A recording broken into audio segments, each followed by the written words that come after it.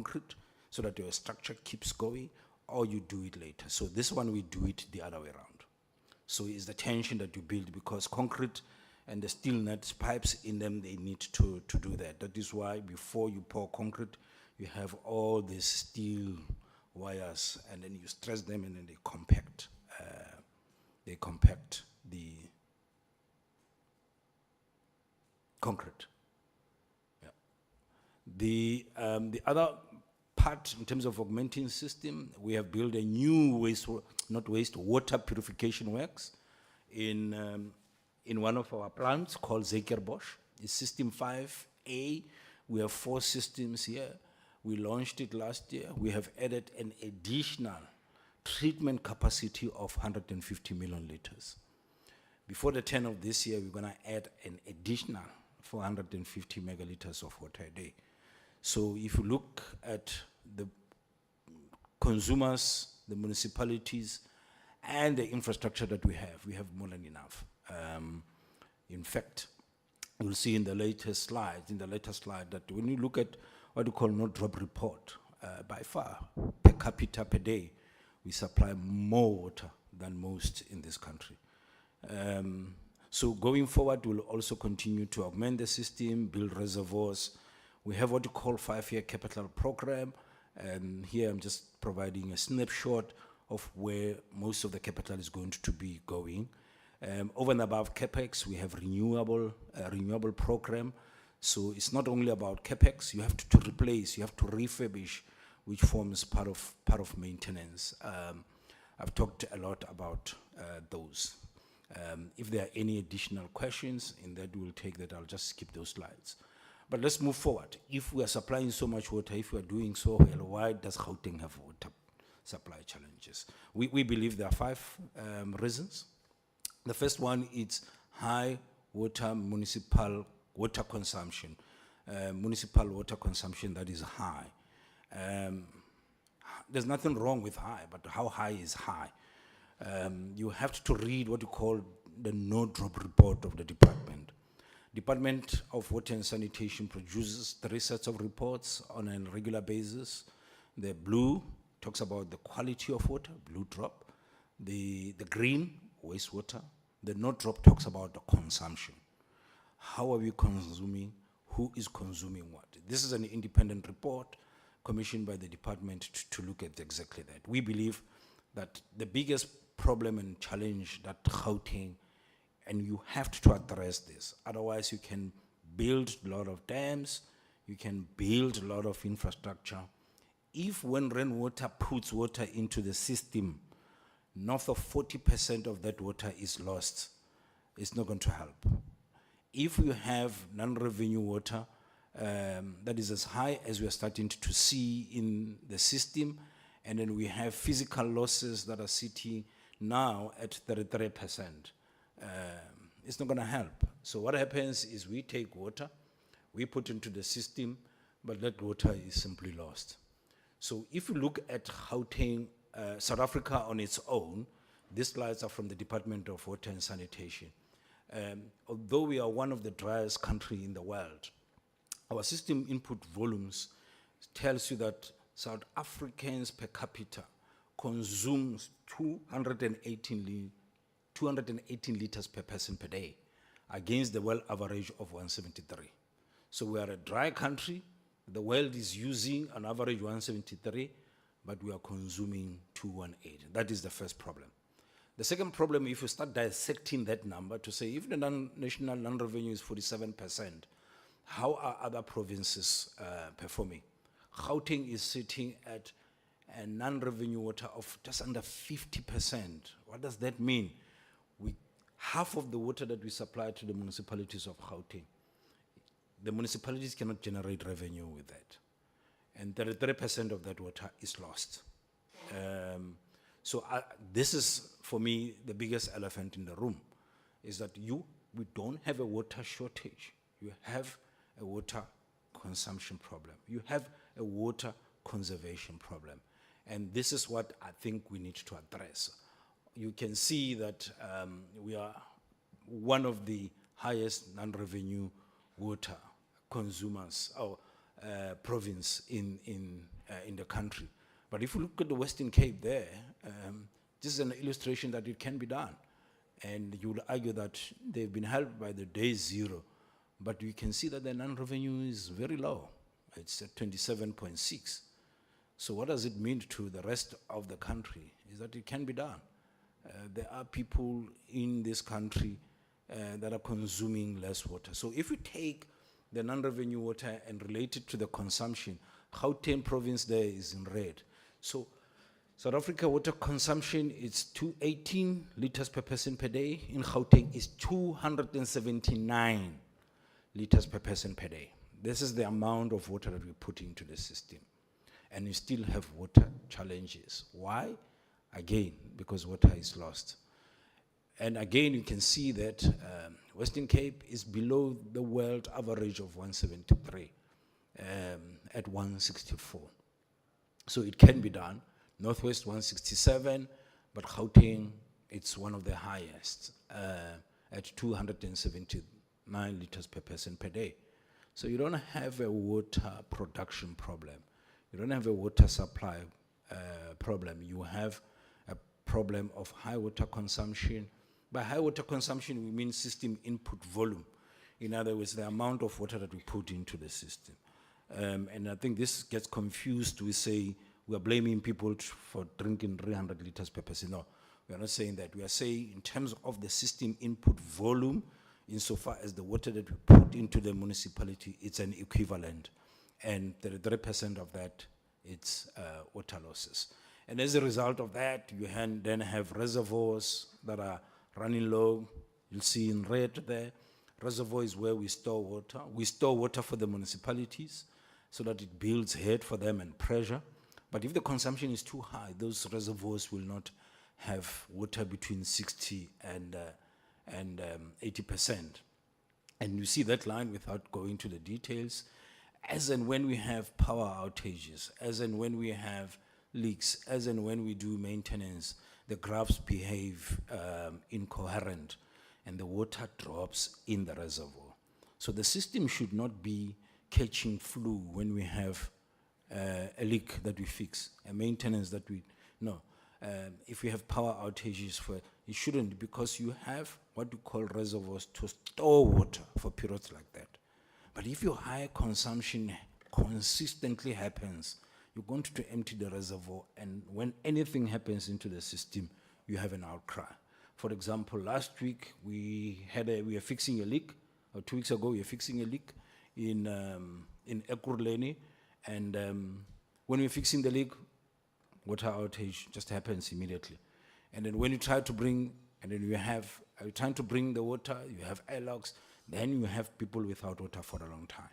But if, from municipalities' point of view, they had enough reservoirs, they are all up and running, the consumption is it's at the right level, you won't be having the problems that you see every time the system sneezes. I'm not going to go through these slides. What we have done together with our municipalities, we have agreed that for us to come into a license, we need to be consuming at the red, ideally at the red line, but maybe at the blue line. But you can see, as an example of the city of Johannesburg here, they are consuming way above the 2 lines. So we sit with them on a daily basis, on a weekly basis. We have an intergovernmental relations that is chaired by our MEC in Gauteng, to try to work with our municipalities to bring the consumption down. And by consumption down, we don't mean depriving people of water. We don't mean austerity measures. We mean fixing the leaks. We mean dealing with non-revenue. So we do that with all the municipalities on a continuous basis. And this table also shows, as we interface with our municipalities, where their efficiencies are and what they need to do. The second issue that you may have seen on tele, it's municipalities have got high illegal connections. So if you have unregulated connections in a supply chain, value chain, you will have water shortages. And you have seen that Johannesburg Water is doing something about it. And this is just not only illegal connection. We've got a big problem in Gauteng of vandalism of our infrastructure, where people just tap into our infrastructure, including illegal miners as well. And then if you start having these issues, you'll see this informal settlement, they tried to tap into our line. These are the sort of pressures that you are experiencing if you break into our line. We're talking large diameter pipes, and if people continue like this, it's not only been an issue of vandalism, you're gonna have fatalities. It's quite dangerous. So that is the second challenge that we are seeing in these areas. The third one is encroachment of our infrastructure. If you start building informal settlements in our infrastructure, these are the sort of things that we have. You can see that pipe burst in Mamelodi is next to somebody informal dwelling there. If they had built on that pipe, we would have lost lives there. These issues, they do, Chairperson Portfolio Committee, they do affect water supply in Gauteng, and they happen quite regularly. And we have raised this thing with the Premier, the Minister, and then, as I indicate, on a weekly basis, we monitor them with the with our MEC of COCTA in Gauteng. The fourth challenge is intermittent electricity supply. We are one of the highest energy users in the country. We belong into the intensive energy use group. We use north of 300 megawatts, which is a power station on its own. So if we have power outages, it does affect us. And then we've been having a lot of that, power dips. Some of the power outages are prolonged. We have cable theft. So it does affect water supply. But what are we doing about it? We're looking currently at generating our own energy. We have hydropower generators coming through. We're laying solar PVs. We have some of the backup generators, and we are in the market for IPPs to help us deal with the issue. Perhaps the biggest elephant in the room in relation to our presentation here, municipal debt. As I indicated, we are self-sufficient.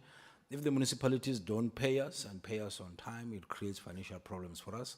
And Chair, we don't want to come here and say we need bailouts. We have not received bailouts in 121 years, and we don't intend to do so. But we've got to be paid on time. We've got to be paid on time to buy electricity, to buy chemicals, to pay our staff, to upgrade our infrastructure, to maintain it, to refurbish it. Our municipal debt has become a runaway train and has gone from one end to the extreme other. And it creates problems for us because rainwater, we raise our, if you like, we raise money from the debt market.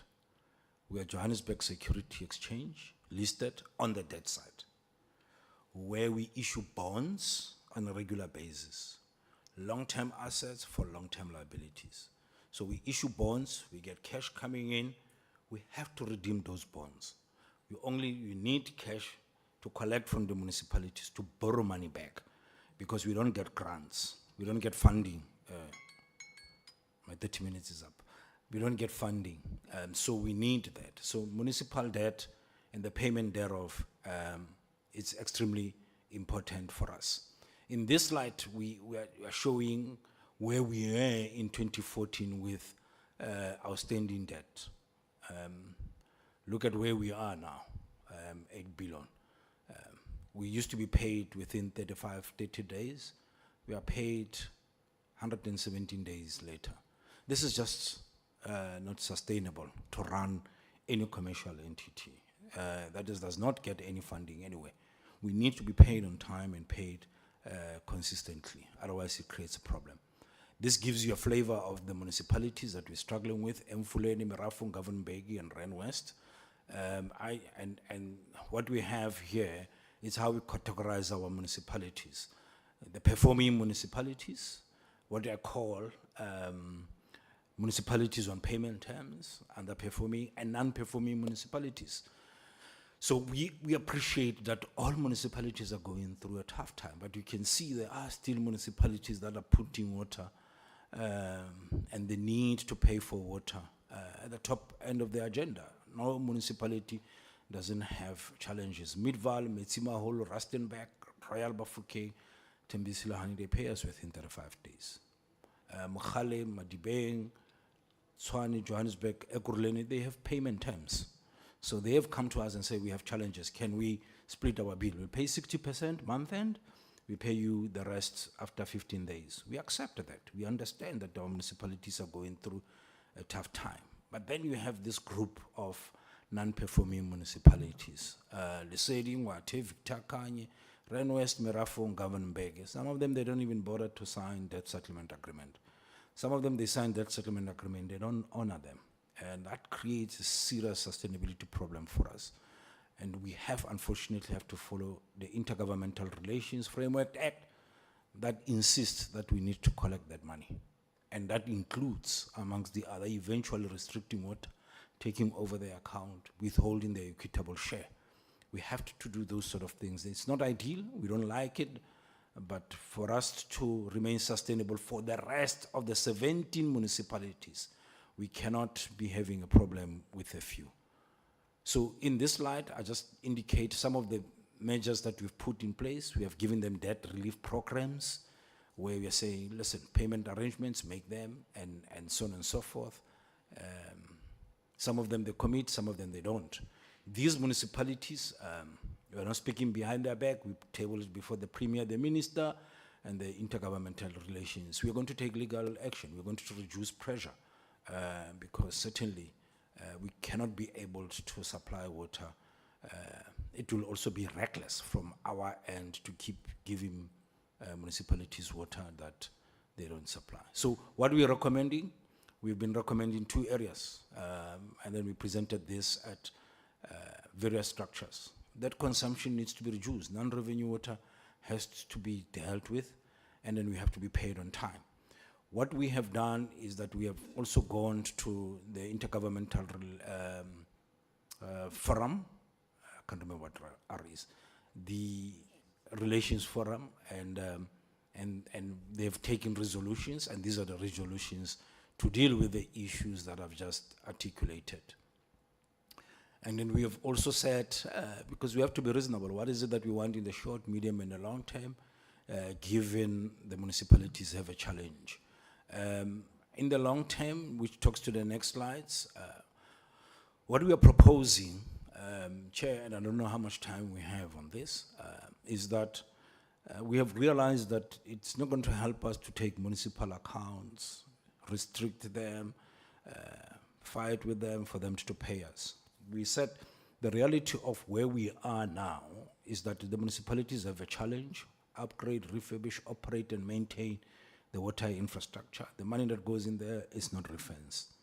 So we have taken a decision as a board through our rainwater services to get into the municipal space, work with them to upgrade, refurbish, operate, maintain, have metering in place, collect money, use the grant funding that they have, raise the money in the marketplace, which is an experience that we have, to address those problems and be part of the solution.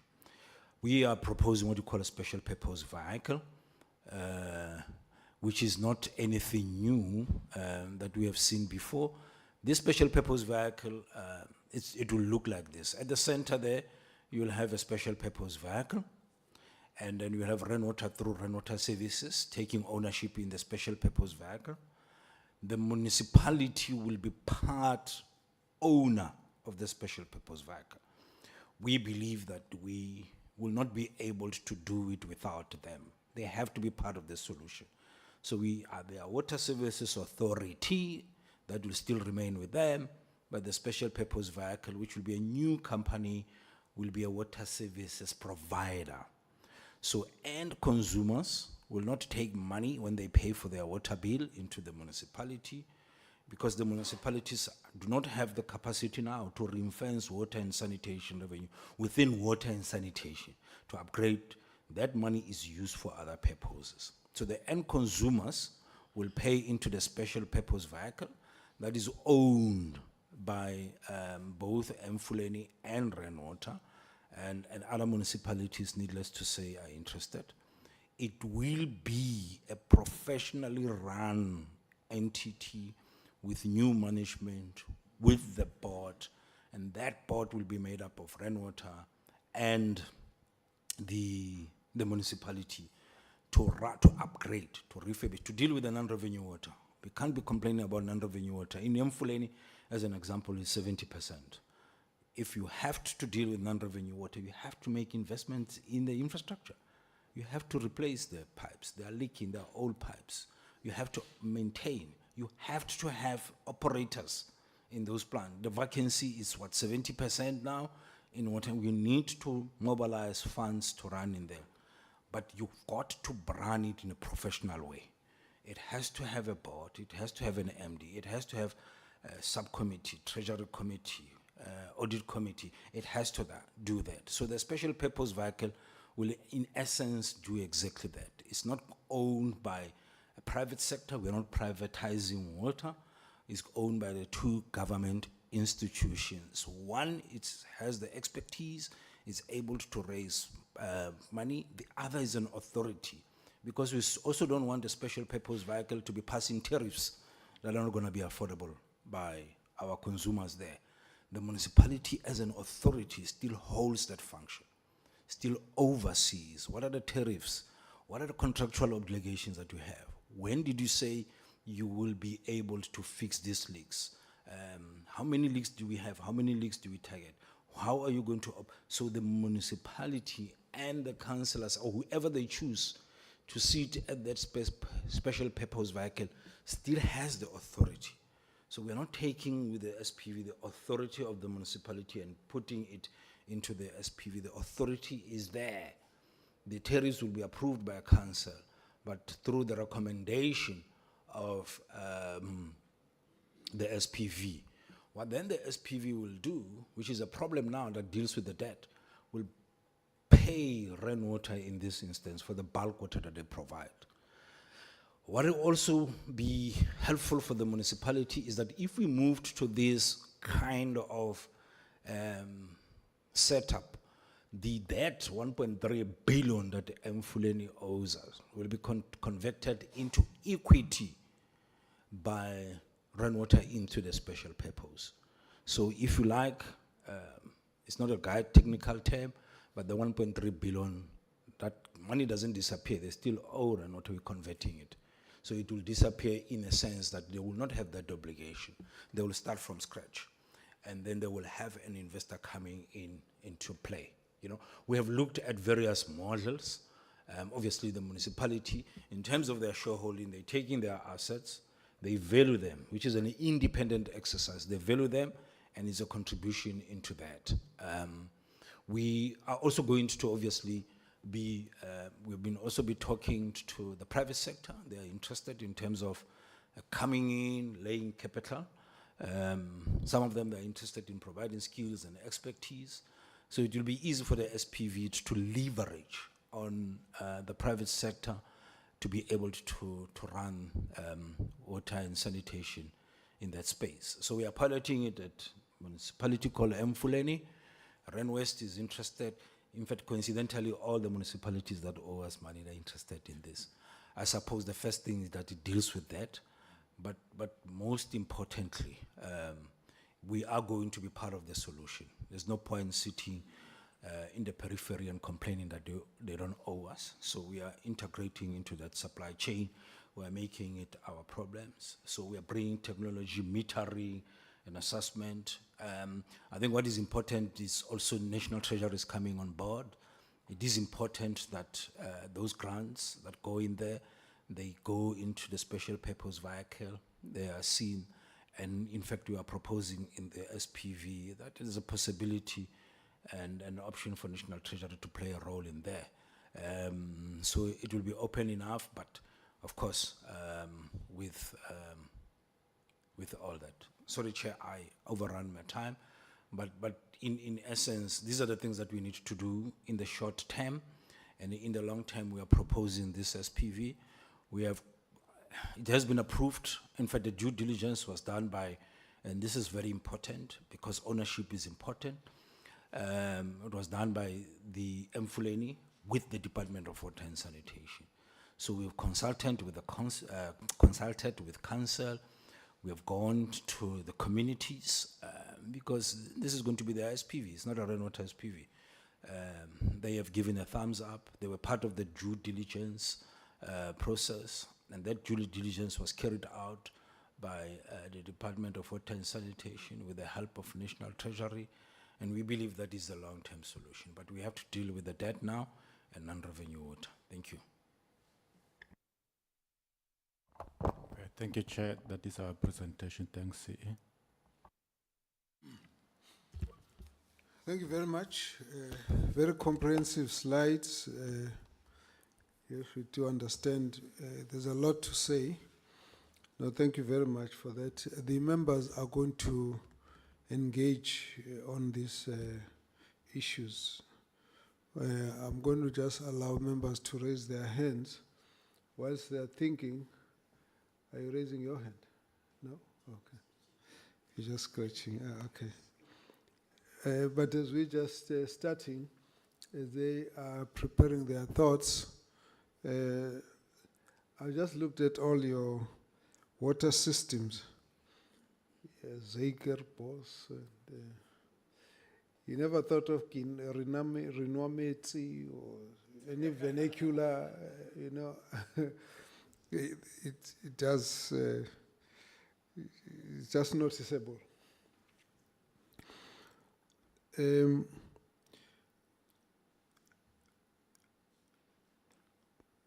I think our issues are really going to be around your interaction with the municipalities. You have spoken about Mfuleni. That's been a real issue. With the level of contamination onto the entire Vaal River system, we didn't hear much. And certainly, it's good you got a proposal at the end, because I think for us, it's just one area of huge degree of dysfunctionality. It's not only affecting the communities, it's affecting the environment, it's affecting downstream, consumers. And it's just been festering over a long time. We want to know what's happening right now on that situation. You got a lot of contamination affecting farming communities, affecting other towns and all of that.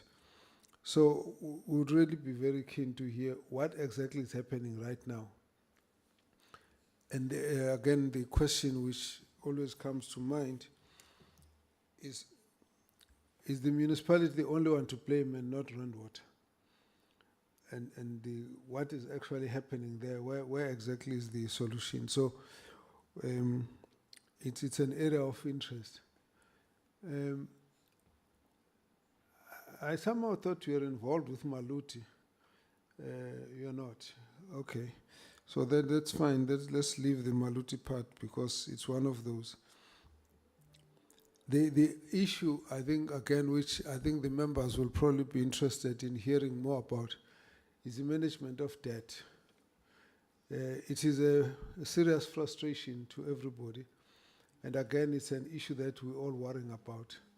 And we're looking at what are your solutions. And I think we have put up a few interesting solutions which we would really want to hear more about. The part that you know you will not have sympathy from us is your fight with the municipalities to the point that you actually have to withdraw water. Now, that is the allegation that came from Maluti Apofung. I'm very sorry, I've got a bit of a problem here. I don't know how. I made my notes on this thing here. Now, as I'm talking and I'm looking at my notes, the thing is typing my comments now. How do you do that? How do you stop that? Sorry, look, I'm really shocked, but I'm a bit disturbed. Where do you switch it off? Please, Fundis.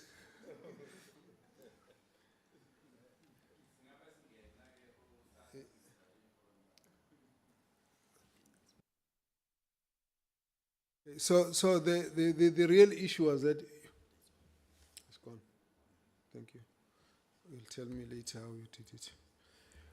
So the real issue which we had, Merafong said there was a time when there was a termination of water services, and that was because of the pressure that you're putting them to sign the agreement, and we thought that was quite problematic, big time. So I want to hear a bit more about that. The reality is that whilst we do sympathize with the difficulty you have with the cooperation of municipalities, we don't believe that the communities must be the ones who must be punished as a result. And so we have a problem, and we think that you must find a different solution to that rather than switching off the water for the community. There are a number of other issues we have raised in relation, for example, to the question of some of these problems of withholding equitable share. I think that's a problem. What we need is an arrangement, because the money, the equitable share, is for services to the community. It's not for the run water. It's for the community. So there has to be a much more better managed arrangement that does not really starve the community of services, so that you can get, because at the end, Rand Water is a company. Yes, it is supposed to make the supply, to supply the water. But for money to go to them when it's supposed to go to the community, there's got no other alternative. It's not the right thing. We must find a different solution. Then there are other issues. For example, the question of non-revenue water. This is where would like to find out, do you have a role to play to stop that? Because 30%, 37%, it's huge, and a lot of money is going to be wasted. And you're charging the municipalities for water they're not using. So can you get involved in that so that we can actually stop that problem as one of the other issues? And so the issue of encroachment onto the servitude, I think we need really a serious conversation with the minister and the municipalities, because here you need to have a very strict management of bylaws that must actually remove people from those areas without allowing any sort of unnecessary incursion into that area. Not only is it dangerous, but it's actually interrupting the water supply. That's a serious problem. So I'm saying, therefore, that those issues for us are what you're going to have to go into a bit more with the committee. The SPVs, would be nice to know what's your departments of water, sanitation, COCTA, National Treasury, what's their attitude? Because there's an issue of mandates here. And there's also an issue of, if we're not careful, acting as a player and a referee. You mentioned that. And how are we going to, make sure the thing works for the benefit of the community without any undue interference with the mandate of the Water Services Authority. So there are more issues here. So I'm going to start with the Honorable Mtetwa, then Honorable Tireko, Honorable Mkalipi, Honorable Chelezi, Honorable Fansail, and let's follow that order. Okay, you're welcome. Thanks, Chair, and greetings to honorable members, greetings to Rand Water and the officials, and to the staff as well.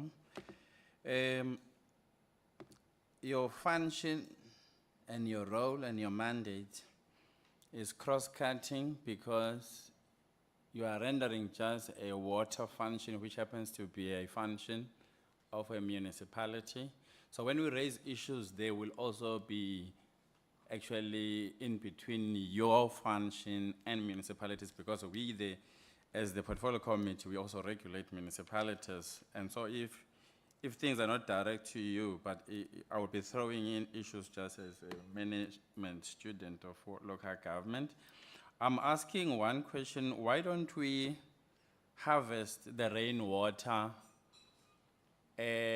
for household purposes? Because we have a program called the Indigent Policy at a municipal level, which is helping those that cannot pay for municipal services. We see a lot of water being lost during rainfall, heavy rainfalls. And can't we think of building infrastructure just for one reason, so that we de-link those who are non-paying? Because the reason why they are non-paying is economical. And that economic reason is affecting government directly and the private sector.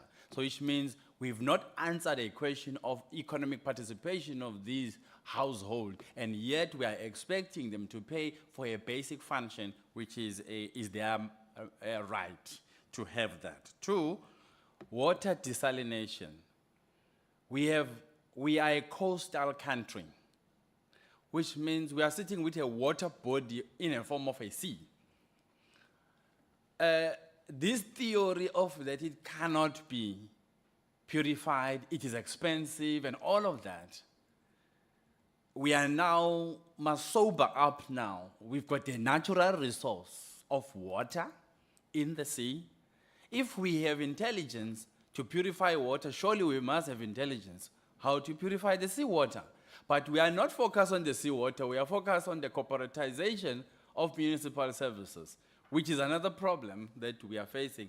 Your language as a function, institution, is corporatized.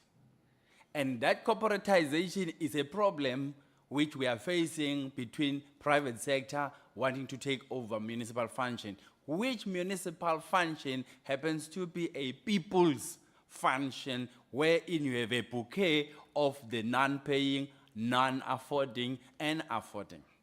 So we need to also look at that. And then it shows to me there is a lack of the early warning signs or systems in place. If you have non-payment system, the municipalities, they have what we call a user charge. User charge as a system to render a service to the one who is using the service. So if you were to apply that principle and at a cash-on basis, then you will be able to know whom you are servicing, so that you de-link those who are non-paying. We know how to deal with them, but there are those that are able, but municipalities must have systems in place to deal with that. And the drilling of boreholes. You are saying we're a scarce water country, but at the same time, I can also say we are water-endowed country.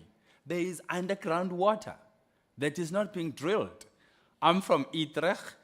Most of the farmers, or not just farmers, the whites, most of the whites in their yards, they have drilled water. So they have come out of the municipal grid system of paying for water, which means they're getting water for free, if I can use the term, provided you just have put that infrastructure. Now, why don't we look at that? Is that also expensive? Because you're talking about maintenance, you will purchase once the infrastructure of drilling the water.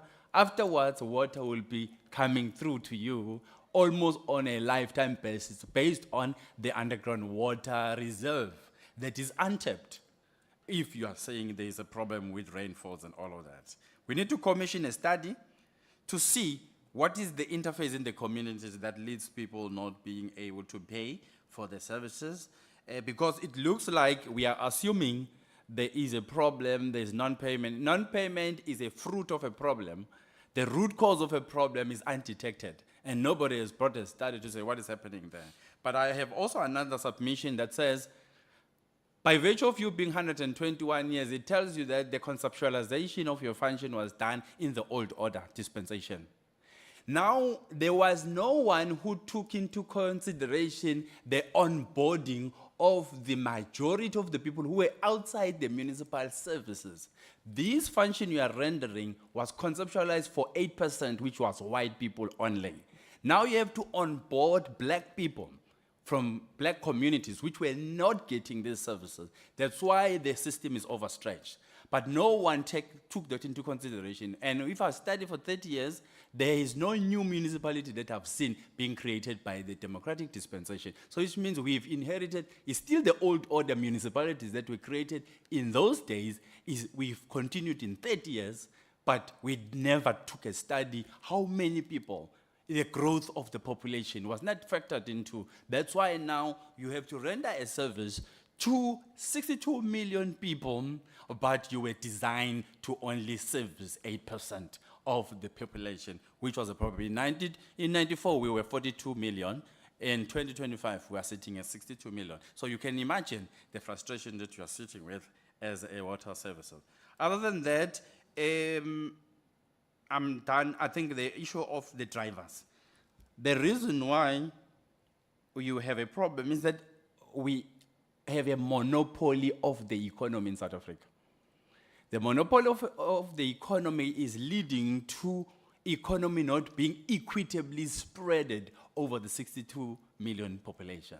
As a result, every time you must pay more, because even government is paying more, because only a few, and these few can lead to two individuals who control South African economy, and that's a problem. That's why then you will sit with problem. There's no way you can allow a monopoly of economy and expect to have good performance of the economy. Government can't grow that economy, can't grow something that you don't control. The one who controls the economy must grow that economy and ensure that all of us are sharing in that economy. Thank you.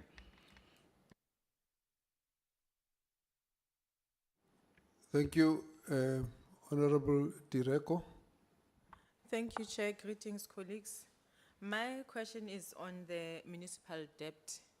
In some municipalities that the rainwater are providing services to, there's a serious challenge of illegal connections. And we also have municipalities like Mirafo, where community members are receiving water without the meters in other areas. And as a result of that, it simply means that community are receiving free water, and that affects the finance of municipality, which indirectly is also affecting your finances as the entity that is working with the municipality. So are there any plans in place to ensure that there's a proper systems of water in terms of the water usages and buildings and billing in these municipalities that you are working with? And secondly, Chair, I've seen on the presentation that there's a payment arrangement in terms of the municipal debt, where you have your Mirafo 1.2 and then you have others 1.6 billion or so. And on the, I think the block where we talk about the compliance of the commitment that have been made, we realize that they are not compliant in that. So have you looked at the payment arrangement that you have made with municipalities? Is it realistic? Because what we've observed in most municipalities, you realize that the monthly income of municipality is 120 million or it's 60 million. And then when they do commitment to the water board or ESCOM, they will make a commitment of 50% of their income, which is not realistic because they still have salary bills and other things that they also need to pay for. So when you were doing that payment arrangement, you do go into the bank statement of the municipality to say, you are getting 100 million per month. You are owing us this much. For your current account, you are paying this. For the interest of the historical debt, this is how much you are supposed to pay us. So looking at that, are you able to get that? For instance, those municipalities that have illegal connection and the water that does not have meters, it simply means that you may give them a water that is amounting to 20 million, but they are only receiving 5 million. So which means that they are not going to be able to service the current account. Even if they can make the payment arrangement, it's not going to be possible to commit to that. So have you done that? And then on other areas, I'm not sure about you because I know with other entities, they have something like a water shading where they say, because of the debt that you have, maybe from this time until this time, we'll switch off water in this particular areas. Do you have such arrangement in the municipalities that you are servicing? And then also in your presentation, you also indicated a challenge of electricity supply, which also affect your bulk supply of water. And you've indicated that you are also exploring other alternative energy sources. So how far are you in terms of that process? And if you venture into that under energy sources, how is it going to affect you financially and also in terms of you providing services to the entities that you are working with? Thank you. Thank you, Honorable Mkalipi. Thank you very much, Chairperson. Good morning to colleagues. Chair, I arrived late, but I sent you a message. I hope you communicated to the community that I'll be late. Your apology was noted, Thank you. but we also know you did receive the slides, so you are not as badly disadvantaged. Yes, I did. Sure. Thanks very much. I think you are quite correct, Chair, by saying that most of our issues are with municipalities. And today's presentation is well and good for information, because time to time we need to get information from people who are dealing with water, because water is life. Thanks very much for your presentation. I think it was very good and eloquent. However, being as activists, we are not going to say that we are not going to engage you, because we are not municipality. We do get affected, by the way, as citizens. We can be members of parliament, but at the end of the day, we are also individuals who are expected to have water and to pay for water. So first of all, Chair, I think the most of the challenges across the board, not for Rand West only, is I'm mentioning that water is life, is the issue of expensive water. You also mentioned on your challenges that there are illegal connections. That is one of your challenges. But the main issue is that people, they don't have money to pay, because of the unemployment in South Africa is very high. As a result, they result on illegal connection. So if you can clarify to us, how much do you charge municipalities? I'm interested whereby you are going to clarify in such a way that we also get a clarity as committee members. Okay, if you charge so much to the municipality, and this municipality, let's say it's Johannesburg municipality, also puts their markup, as a result, Mr. Mhlongo, they saw to be affected because of the markup from the municipality emanating from you as a board of Rand West. So if you can also clarify that one and justify it. You are also boasting about 121 years of existence, which is well and good. And when I was listening to you, to your presentation, you even said, no, you must get paid.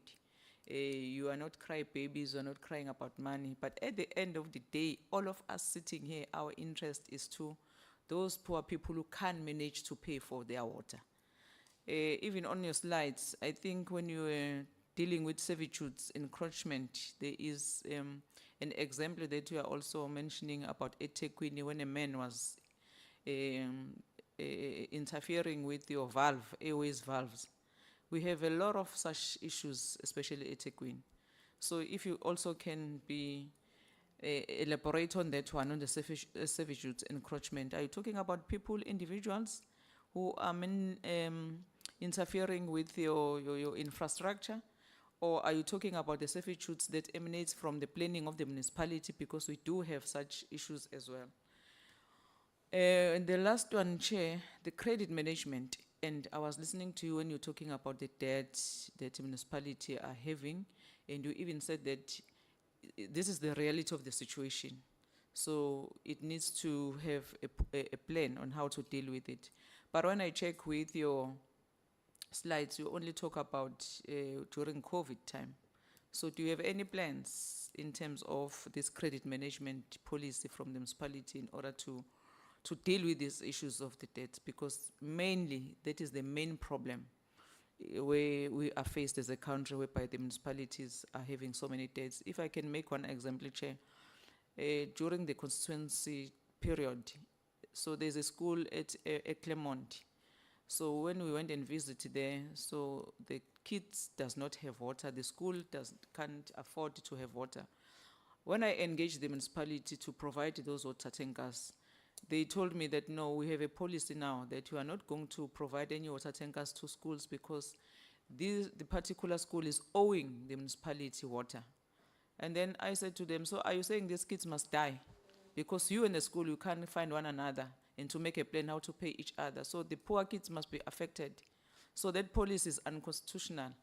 Fortunately enough, they have provided water. So I'm looking whereby there are situations like that, not only during COVID time, but there are situations whereby you and the municipalities that you are working with, you're supposed to have such kind of plans in order for the people who are guaranteed by the Constitution not to be affected. The last one, on your recommendation, you are talking about addressing the aging infrastructure. All the time when we engage municipalities, why do you fail to provide water to poor communities? Aging infrastructure, as if no one knew that this infrastructure will age at some point. There's no plan from the part of the municipalities. So my questions to you, how do you deal with such? It's there, it's happening, but it does not mean that it took us by surprise that this infrastructure will age. The chair and the committee will also remember, as a result, the new the minister, when he arrived in the committee, there was a very long outstanding issue of Ubabondlovu at eThekwini. At least the minister adhered to the cries of the committee and intervened. Because Ubabondlovu, an old pensioner, sitting at home, paying his water debt, so then he realized that no, but last month I paid 5,000. Today I'm expected, or I got a bill of 200 or 300,000. Is escalating. As a good citizen, he was a worker of the municipality, wrote to municipality and said, no, this is not my bill. Last month I paid 5,000 that I was billed with. The municipality didn't attend to the matter of Babondlovu until the issue get complicated. We call everyone that you can think of from the municipality until the minister and the department intervene. When I engage with the municipality, they said it's age infrastructure. But Babondlovu, does he know about the age infrastructure? Because he is a good citizen, he's paying according to the bill, etc., etc. This thing of age infrastructure, it must come to an end. It must be addressed. So we need all stakeholders to address this thing, because I believe that no one does not know how old is this infrastructure. And we must not hide behind that one. On the issue of reservoir, you also mentioned that there are issues of the reservoir. Maybe with your experience, just share with us. Most of the time, when there is no water in the area, when you call the municipality, we are told that no, the water is very low because of the dams and what. And then, what needs to be done now? Because people want water. As a result, the example that you are making about a man who was killed in eThekwini, that we do have those incidences where people want to also to go to reservoir and open water. Others, they use this thing through the politics and switch off the reservoir. So how does it work? How do you align it with your municipality? Thank you very much, Chair. Thank you. Now is it? Thank you. Thank you, Chair Gwabe. A very good morning to the team from Rainwater, and a very good morning to the colleagues here next to me. I found it very interesting, Chairman, that it's true when they say you learn till you die. I never knew that there's never a water shortage. It's actually the consumption. And I think that maybe it's all very well when at our level and the level of municipality and the level of Rainwater. I'm just imagining, Mr. Ngobo, they are trying to understand that this thing of consumption. I'm just saying that that was really a new one for me, but then when they explain it, I understand it, because I think that when you look at it, you find that there is maybe a clash between what is happening between the municipality and, like this, in this case, the Rainwater, and when they talk about two elephants fight and the grass, what happens to the grass? Because if you look at this whole thing of the much wider solution, the question I was also going to ask about, because you are in that space, maybe you can enlighten us. Why is we just hear only the one reason of expensive when they talk about desalination, when you think we've got so much water? Please, let's just enlighten us, because this has been discussed now for a very, very long time. And I think that the way, if one analyzes it, there is crushing debt which you put up here, which we are faced with in terms of yourselves and the municipalities. Well, what is very encouraging, you've come up now with this SPV, because rather than just sit, you thought, let's look at how we can possibly solve this problem. So, but what I would like to know now is that what is happening in the interim? I think you have already indicated, CFO, that, CEO, that at the moment, there isn't any indication or estimation of when the SPV will be all systems go. I'm just wondering and very interested to know what is happening in between, because there is debt, there's community that is suffering. We are still pursuing the SPV, which at the moment there's no even an estimation. Maybe if there is, then please share with us of when do you think it will fly, because according to you, it has received all the ticks. So I think I'll be very interested what is happening in the interim, in the community, if you get what I'm trying to say. Well, 2 or 3 other questions my colleagues have raised, so I will not waste time, Chair, by going back to them. Thank you very much, Shenge. Honorable Van Zyl. Thank you, Chair. Sorry, did I miss any other hand? Yours I knew. Fundis, you were outside. Now is after. Yeah, that's fine. Let's proceed. Thank you, Chair. A couple of things. On water supply and infrastructure development, what measures are being taken to address Rand Water's over-abstraction of the Val Dam, given that it exceeds the authorized limit, like you explained to us?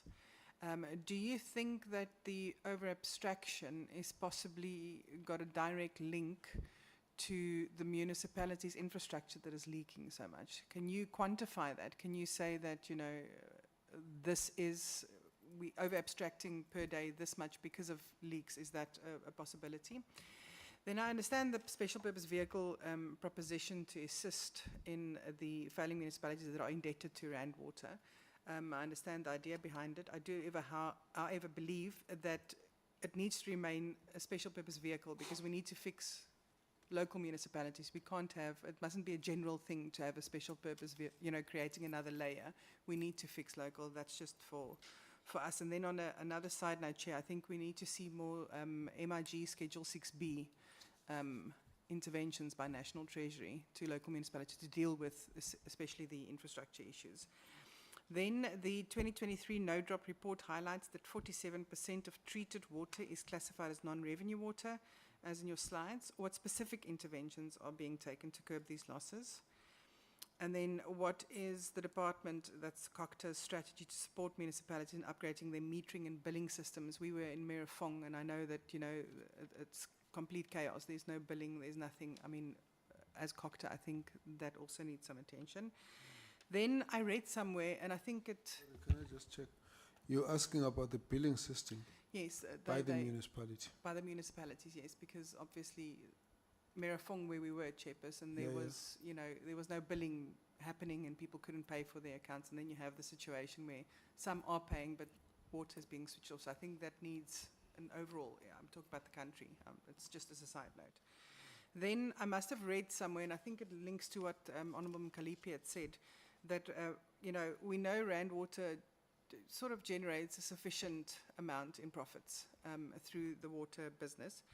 But you are increasing by, or proposing an increase of 15% on top of that, that municipalities already charged. I think it's 15%, I might have read it somewhere.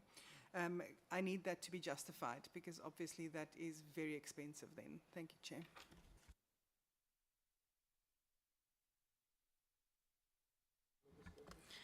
Thank you very much, Chair. Thank you very much for the presentation. I also have a few questions to ask. The first one is, I would like to know the tariffs that you buy the raw water from the department. Is that included? Is that part of the license, or is it a separate process of setting the tariffs, and how regularly are those tariffs reviewed? Because obviously the municipalities have to adjust their tariffs based on what you pay and what they have to pay you. Then there's a lot of questions been asked about the debt. I will get to that now. Then and my colleague already, one of them asked about the abstracting or the increase in use. I would like to know, you said that you applied for an extra license, or that it's now a temporary license, so that you can abstract more than 1,600. But what is the time frame of this license? When is for how long do you have this? And if this license ends, what is the plan? Then the whole thing about, I do get your gist, and I understand that's saying that people don't understand the importance of maintenance, and when maintenance happens, they see it as a crisis, and that kind of management should be in the municipality to communicate timelessly what kind of maintenances are going to be done, and to communicate that to residents. Also, I also understand that when reservoirs are going to be drained or emptied, that it creates a lot of knock-on problems. That is actually the responsibility of the municipality. I would like to understand in the metros and or smaller, the difference between metros and smaller municipalities. Most probably in the metro, like Johannesburg and Tshwane and Ekurhuleni, do you as Rand Water do your own communication to the municipality and say, this is our maintenance plan? Is there that kind of agreement so that the municipality have the plan so that they can communicate it? Or do you communicate in general, like advertisement on the radio and things like that?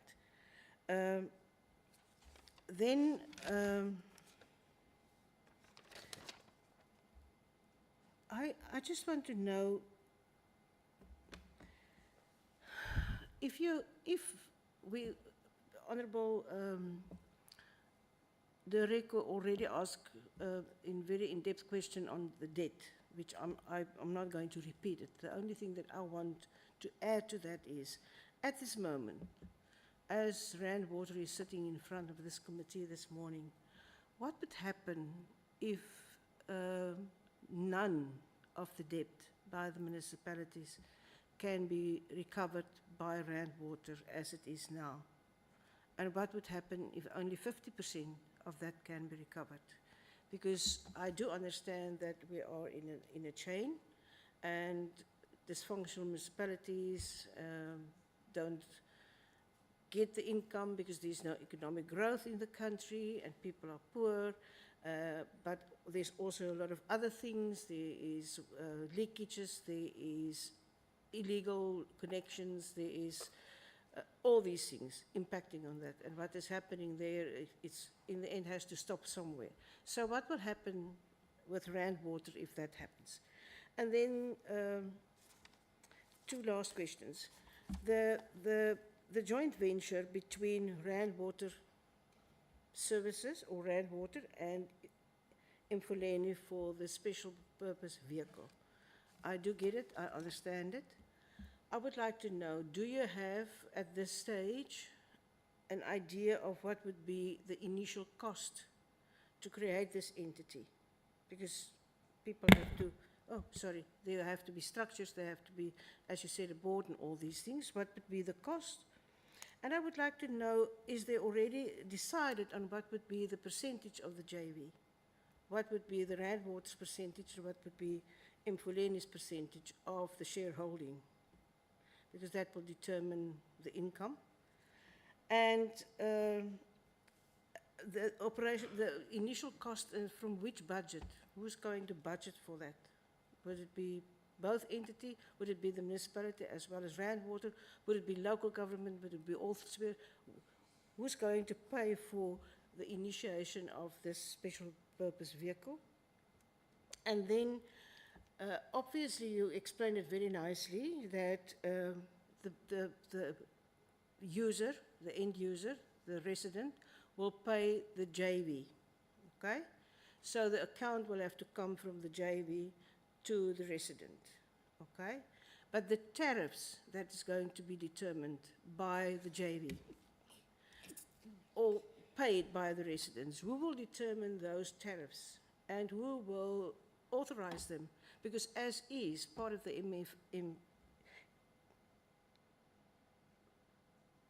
MFMA, I'm always getting confused by PFMA and MFMA. You know, all councils have to, once a year, approve the various tariffs for the services. So who will approve these tariffs, who will determine them, and who will approve them? And then the last one might be, I would like to know, in general, your experience, Rand Water's 121 years of experience is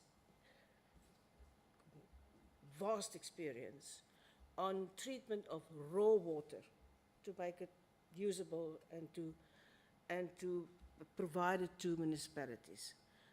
Obviously, reservoirs and wastewater treatment plants does not fall in your ambit. But do you think that Rand Water have the knowledge and the skills based on your experience from cleaning of raw water to maintain and look into reservoirs and wastewater treatment plants? Thank you, Chair. Thank you. I'm going to allow the last two questions. May I also just add that the chairperson had requested and I had agreed to release him by 11. I'm not sure if other members would remain to finish off the questions, but I would like that we must table all the questions and then we will see if there's a need for follow-up. So you will be excused at the right time as you have another international conference to attend to. We do appreciate you spend time with us. We'll take the matter up and try and move on. As I said, there are a few other issues on the agenda, so I hope that we'll round up. Honorable Fagu and Honorable Mfundis. Thank you very much, Chair. Just two. One, is there any working relationship that you have with other water boards that are not performing as you are, whereby you go and assist in a number of operations that have to do with those water boards? That's one. The second one is that, is there any feasibility in terms of the infrastructure whereby the water infrastructure can be able to link all the 9 provinces, just like what the road linkages in terms of the national roads are? Thank you very much. Thank you. Honorable Kwas. Thank you, Chair. I also have just only 2. With an understanding of the water leaks and understanding how much it takes from the municipality, almost over half of the water that has been supplied to the municipality by Rand Water, it goes down to leaks. Now, if we all know that problem, I've been to one municipality where I saw the challenge was the resources or the equipment and also the vehicles. They are not in a state to be able to go out and fix those leaks. Now, my question will be that, since we know that as Rand Water, is there any project to assist the municipalities on water leaks? Because we know that half of the water is wasted, it's not even used by the people, and they have to pay for it at the end of the day. In this one municipality, I also have seen that the staff that is there even go and buy parts for the cars or for the vehicles to be able to go out and because the municipality does not have the money to fix those cars. So it's something that if we can look at it, do you have any project that is looking to that? I know that for the past years, Rainwater used to have an intake of youth where they were doing learnerships and just equipping them, the programs of artisans. Are you still doing that? If not, why? Because maybe it was assisting. There was money from water and sanitation department of water leakages, I think in few years back. Did it assist? Did it work? If it, did it come to you also? If it did not, that amount of money, where did it go? Because there was money from water and sanitation department for water leaks. Thank you, Chair. Thank you very much. You could respond. At the right time, you just indicate, we will let you go. Thank you. Thank you, Chair. Just thanks, members, for the difficult questions. I hope we'll be able to navigate through those questions. I think all of us here will be able to respond. The Group Chief Executive will direct who responds to which question because of the expertise that we have amongst ourselves. I just want to indicate on the issue of relationship with other boards. We have an organization that represents all water boards, catchment management agencies, TCTA, and the Water Research Commission. It's called Association of Water and Sanitation Institutes. In those interactions with all board members or in other boards, we deal with challenges of the respective boards, but also with the programs of the department. We also deal with the related challenges or issues at an international and continental level as a sector. So we are able to assist. Recently, we had a workshop with one of the boards, which is Amatola board, where we took them through governance related issues on what should be the relationship between management and the board in terms of the Water Services Act. We took them through the PFMA, the Water Services Act, and King 4 on corporate governance. So we do work with other boards to ensure that the standardization of certain issues, and we're also able to engage our ministry on our issues. The other issue I want to indicate is that we interact operationally with municipalities, with the CE and the COO and the CFO will deal with.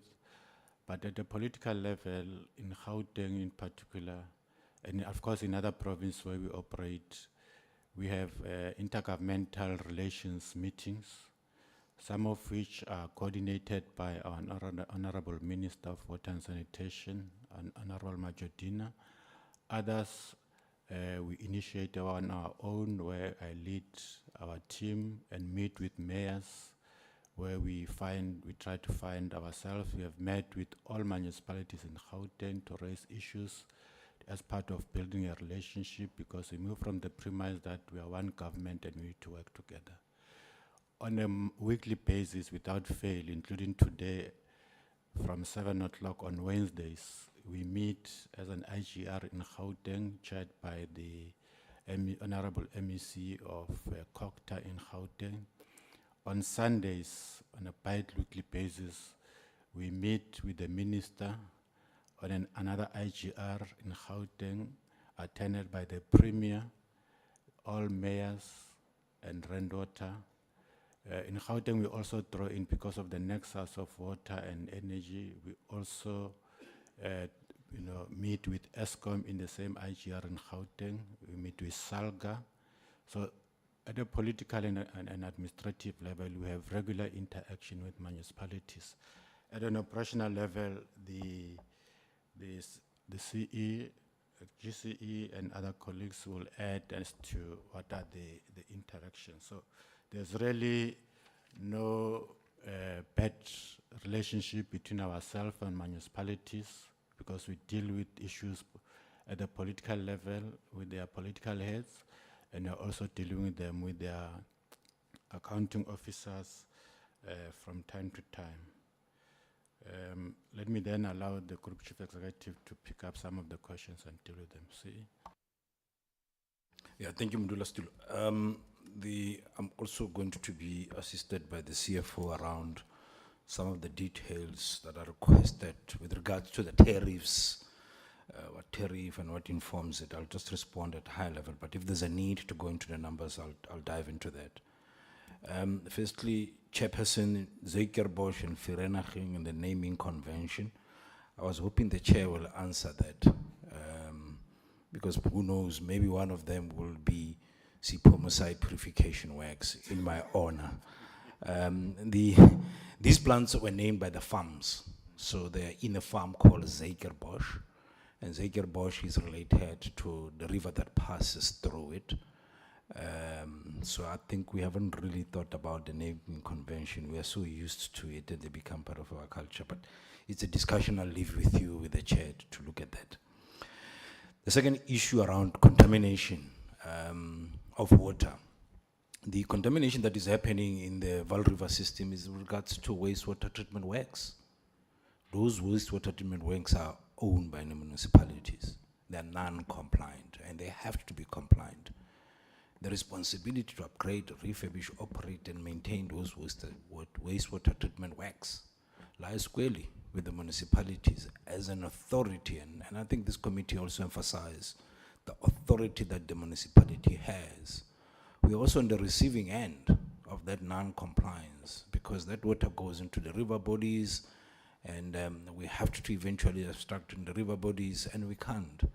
We have what we call Val Barrage. That Val Barrage has been polluted for a number of years. It's a reservoir that was built in the 50s for us.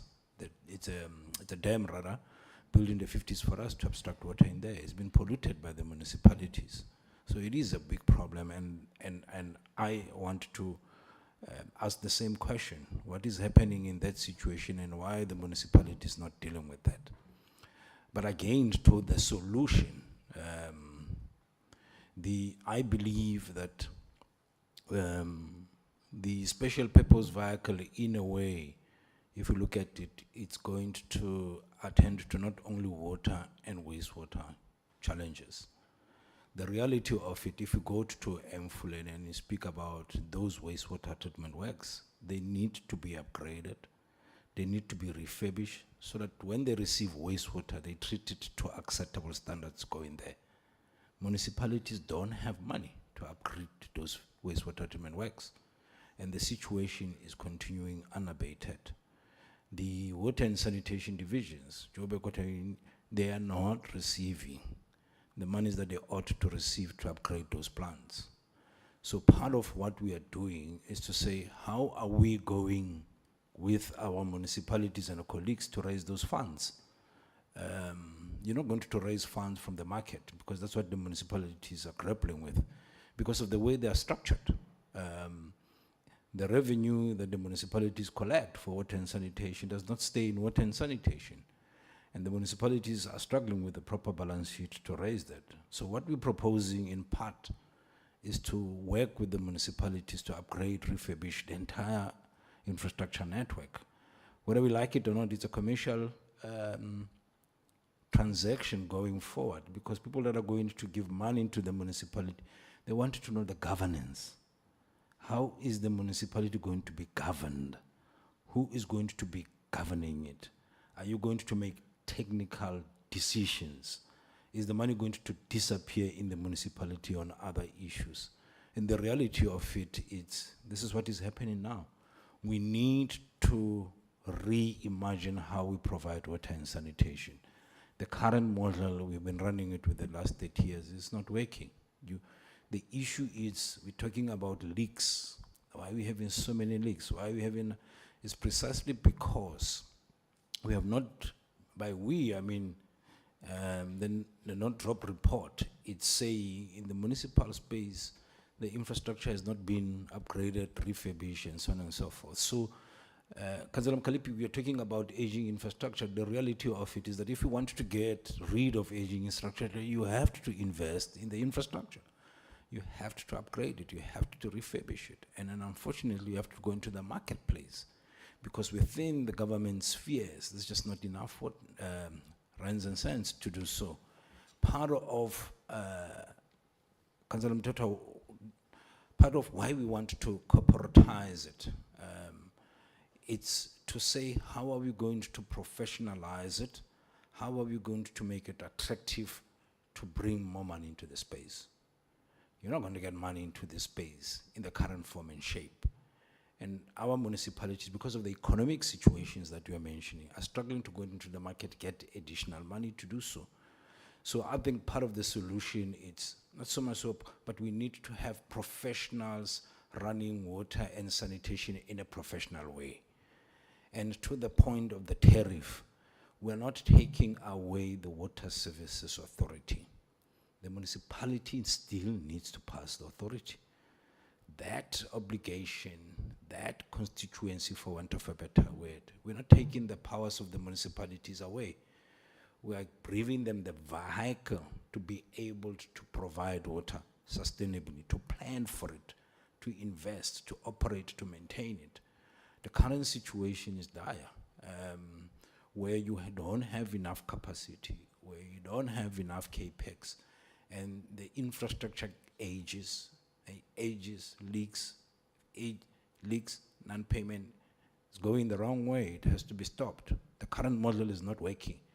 To insist that we have municipalities that are Water Services Authority, the situation is getting worse. So I think the issue of the special purpose vehicle, in a way, is the best that we have now. I haven't had anybody that is giving us a different idea. That is what we need to do. But we need to respect, in fact, I held a different view. But if you look at the structural reforms that we have, municipalities are Water Services Authority. Why do you want to be a water services provider if you can't fix leaks? Why do you want to be a water service provider if you don't have vehicles, if you don't have tools? What are you there for? So what we are saying is that give us that responsibility through the special purpose vehicle. Let's make sure we resource, we have the right people in the right place, we have equipment, we have this and this. We have helped them Fundisi with vehicles, but the situation is vast. You need to have, one of the honorable members who says we need to move towards sustainability, but you need to give them a boost. You need to help them in the short term to get there, so that they are. We are helping them with non-revenue water. We have few programs. We are retrofitting here and then, but helping, it's not enough. You need to talk sustainability in the long run. Going to these municipalities, fixing the leaks in Bipatong is not helping the whole of Mfuleni. Mfuleni and all the municipalities, Chair, they need to upgrade the infrastructure. You have to lay it. This infrastructure is old. If you take the city of Joburg, it's over 100 years. Those pipes, and that cost money. And that has to be money that comes externally. So I think that is the first point. And the second point... Can I throw into a bit Yeah. of a thing? Yes. Okay, you Yeah. know that they need money to go fix those, Yep. that infrastructure that is dilapidated, Yep. that is worn out. Yep. You know that what you're charging them, they're actually losing in through non-revenue water. They're not cheating you. Yep. Would you be prepared to actually write off that part? Yeah, but Chair, this is what exactly we're saying with the SPV. 1.3 billion you owe us. We're writing off by converting that into equity. So we are helping you, but we're not stopping there. We're saying the SPV must deal with non-revenue water. That means SPV for all the municipalities. Yeah, that's what we are piloting it in Mfuleni. And, Right. and they will, Yeah.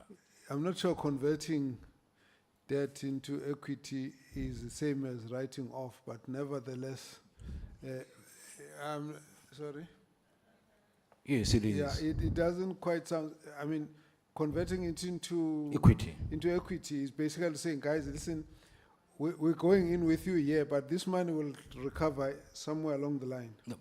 Yeah, we're gonna recover it. Yep. So it's not write-off, actually. Yeah, okay, It's I say, get you. it's deferred Yeah, payment. deferred payment. We Yeah. can't write that. You can't. No, we can't write No, off no, but that. the water is lost. You know, they're not consuming it, Yeah. they're not cheating you. But it's not our problem. It's not your problem. Yes. Yeah, So- no, okay, so, okay. yeah. Then let me throw you one other question. What's the difference between the profit margin of Rand Water and the tariffs that Okay, get paid? yes, we get in there, Chair. What we have is surplus. So what we need to do is to generate surplus for a number of reasons. I've explained in detail that the money that we use to upgrade infrastructure, we don't get it from government, we get it into the marketplace. We need to generate surplus so that we have sinking funds to pay for that money. So that profit goes there, one. Two, we need to generate cash from our operators to refurbish, to do maintenance. That's money. It comes from there. Finally, we also need those surplus to improve our capacity going forward, right? So the surplus that we generate, we don't declare dividends. It goes back directly into the business. And why? Because if we do not do that, we have to go to the fiscus and say, give us money. We need to upgrade. We need to refurbish. People need more water. Everybody say, Renata give people more water. Where is that water coming from? It's infrastructure. Where is that water coming from? You have to buy chemicals. We buy chemicals in the private sector. We pay on time. So these monies, we need to run this business to be sustainable in that way. So the profit that you're talking about, it's not the dividends that go into the shareholder, which is the department. It comes back into the business. So when we pass tariffs on a yearly basis, we factor that in. Secondly, you also talked about where does the tariff come from. And I hope we have a detailed slide we can show. 40% north of our cost comes from the raw water. We buy it from the Department of Sanitation. Every year they pass a tariff. And part of that 16% that we are putting into place, a large chunk of it comes from the raw water from the Department of Water and Sanitation. That's a big cost. In fact, as we speak, that is a double-digit tariff that had to now include some of the royalty in Lesotho because that water comes in. So large portion, and you ask about where that 16% come from, it comes from a tariff that is more than 16% on the raw water, number one. Number two, Eskom, we buy most of the electricity from Eskom, municipalities. And Eskom has passed a tariff of about 16% now, 16.4%. That comes to our tariff, it's a pass-through. Chemicals, we buy chemicals from the marketplace. We don't get any subsidy from anybody. We need money. That money must come from, so the people that we say, no, don't restrict them, keep giving them water. Where are we going to give them water if we don't have money to purify the water that we just bought? So if you take our tariff and you break it down, you will see that what we call other costs are inflationary. All our costs in terms of other things are inflationary. The big cost driver, raw water, chemicals, labor, energy. So those... I don't want to step you, because the CFO is going to come in. Yep. Can you give us a slide that breaks it down? Yes, if you have For the slide. every rand, Yep. so many cents go to the cost of raw water. And so we want to be able to ultimately see what the person, the poor Mamkunu in the deep slot is paying for. Yep. That's what we want to know. That's a question that the members want to understand clearly. Clearly, yeah. But proceed with the Yes, explanation. and also if you Google quickly COO, you can find what we charge and what municipalities charge. Sorry, we don't have it handy, but as I respond to the others, we'll unpack that if we have the slides. And then the other thing, it's, Chair, you're talking about equitable share and your opposition towards holding back equitable share. But let's go take a step back. There's no such thing as free water. There's no such thing. You're saying everybody's got the right for free water. There's no such thing. There's no such thing as free water. It rains, you build dams, it costs money. You catch that water. When you're catching it, operating them, it's money. You purify the water, it's money.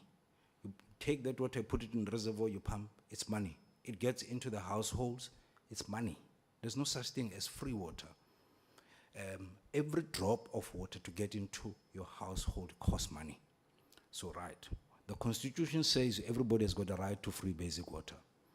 Equitable share, it's there from National Treasury for water specifically, to give to municipality, to say you have got this indigent, you have got this number of people, they cannot afford water. We have a constitutional right to give them water.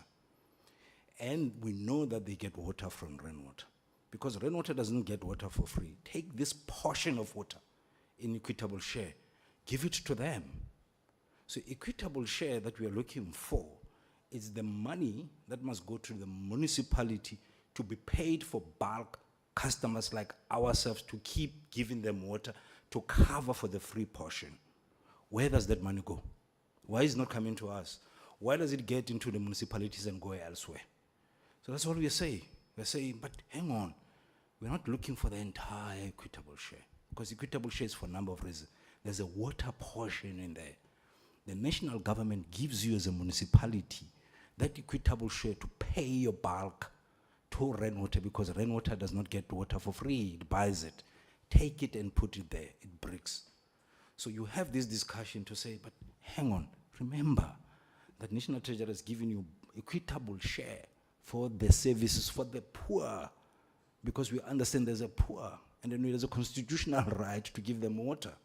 They've been given water, pay that bulk provision that we've given you to the municipality.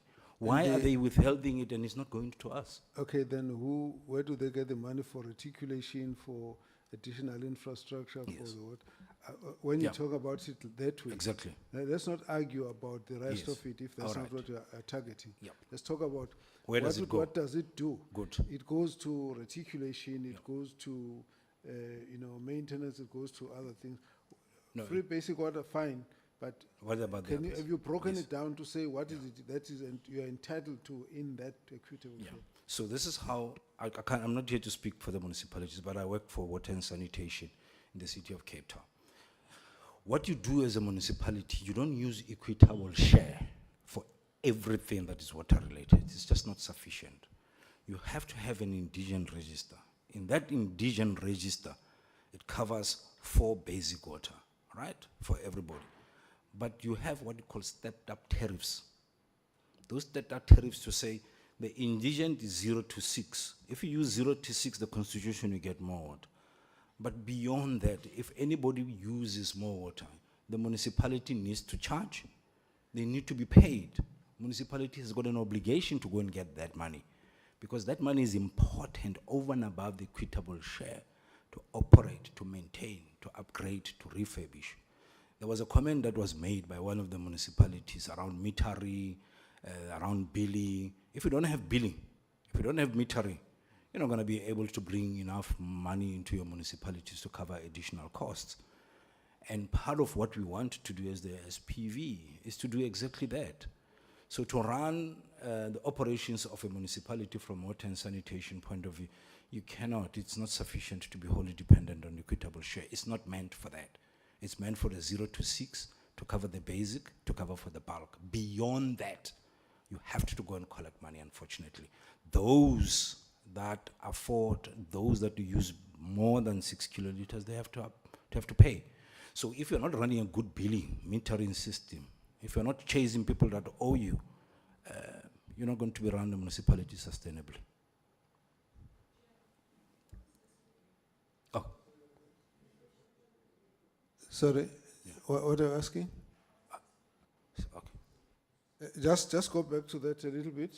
SPV, what do you intend to do? Okay. Just put up the slide in the meantime so we can follow. I don't want to get lost because this issue is going to be with us for the next 121 years. Okay. Okay.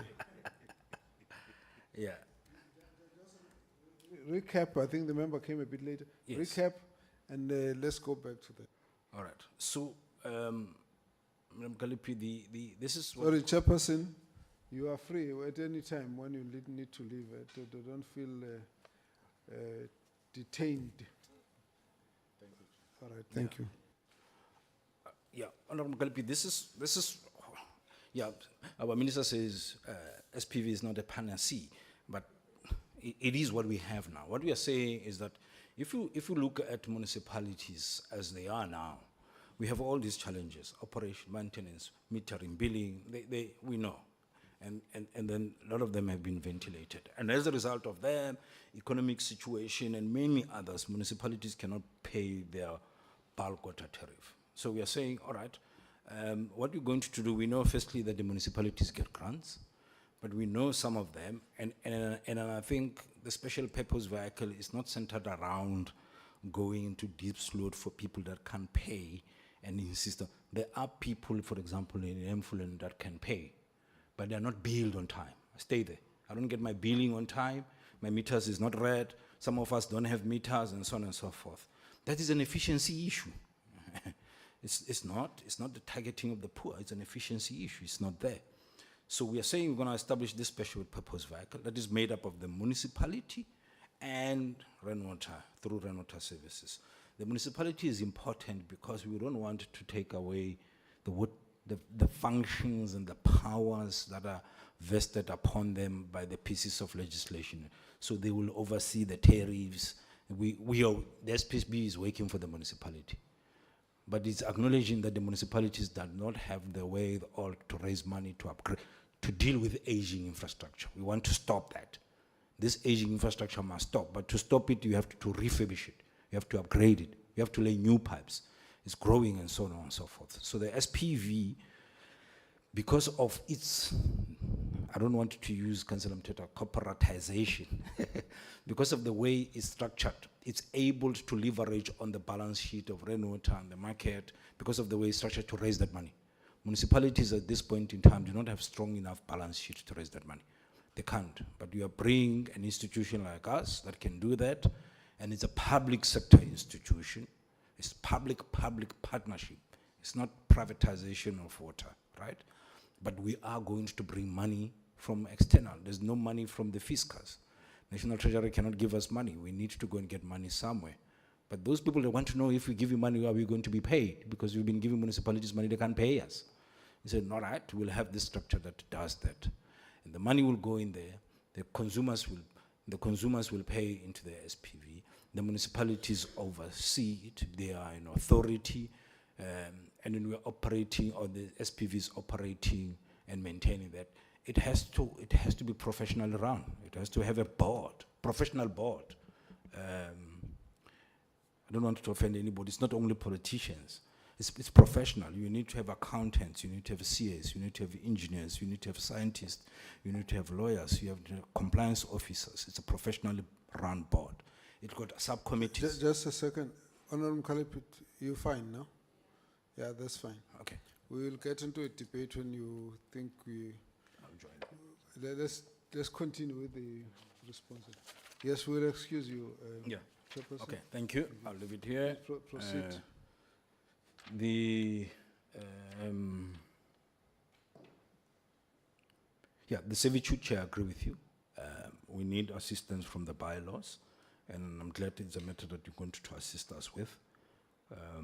So you ask how we're going to stop the non-revenue water. We believe that if we work with our municipalities through this arrangement, we'll be able to upgrade, refurbish the infrastructure. And you say referee and the player. We don't see ourselves as going to be the referee. Remember, the municipality is going to be there. They're an authority. They're a referee. We are playing. They're saying, right, you said we must establish SPV. My non-revenue water is 70. Non-revenue water must come to 50, must come to 30 in this period of time. They're the referee. They're checking. Said, you said you'll raise infrastructure. Have you raised it? And of course, so that we don't have a runaway tariffs. The authorities with them, so that we don't have these technocrats with the board that are charging tariffs that are not affordable. And that is why for us, the authority function is there. So the municipality will still be there to play the referee. Councillor Mthethwa, I cannot agree with you more on the rainwater harvesting. I think if you look at the no drop report in terms of the interventions that need to go, we need to look at that. And as a sector, all of us, this is something that can go a long way to help reduce the burden. The issue of groundwater boreholes, the department has done an assessment. We are not exploiting groundwater enough. So it needs to be an intervention. We are looking at it. Already we are looking at other areas in our area of supply to supply them with groundwater. Of course, in terms of our volumes, we need more. But there's nothing that stops each and every one of us to go into the municipalities and drill a borehole, to rain harvest, and only use drinking water for drinking purposes, for gardening, for toilet flushing, for washing the cars. Rainwater is perfectly enough. So I fully agree with you. It is an intervention. Desalination, it's also an intervention and an option. Most coastal cities are looking at it. For us, it's still a little bit expensive to bring the water from there, but I fully agree with you. I think Cape Town has got a diesel plant. George has got diesel plant. There are a few others that have got a diesel plant. The costs is still more than raw water, but you are right. Over the number of years, the costs have come down. So I think it's not something that we need as water resource developers. Forget it.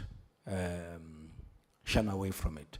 We are looking at it, and on all the coastal towns, there is a small here and there, and as the costs come down, the membrane becomes cheaper, the energy becomes affordable, we are able to deal with the brine, we will scale it up. We will scale it up. So we haven't forgotten. It has to be done. It has to be looked at. And as you interrogate all the coastal municipalities, the costs are coming down. And we, even in rainwater, although we are far, we are looking at the costs. We're saying at the time and place when the costs are right, we'll bring it out because there's plenty of water. So I fully support you there on the desalination.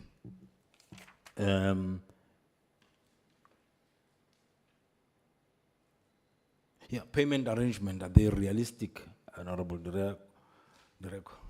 We don't make payment arrangement, they come to us. We say, this is the amount of water that you want, this is the amount of water that we're giving you, that you ordered, you are not paying for the water that we have, can you make a payment arrangement? You make a payment arrangement, but if you make a payment arrangement, Chair, you must stick to it. And most of them are not.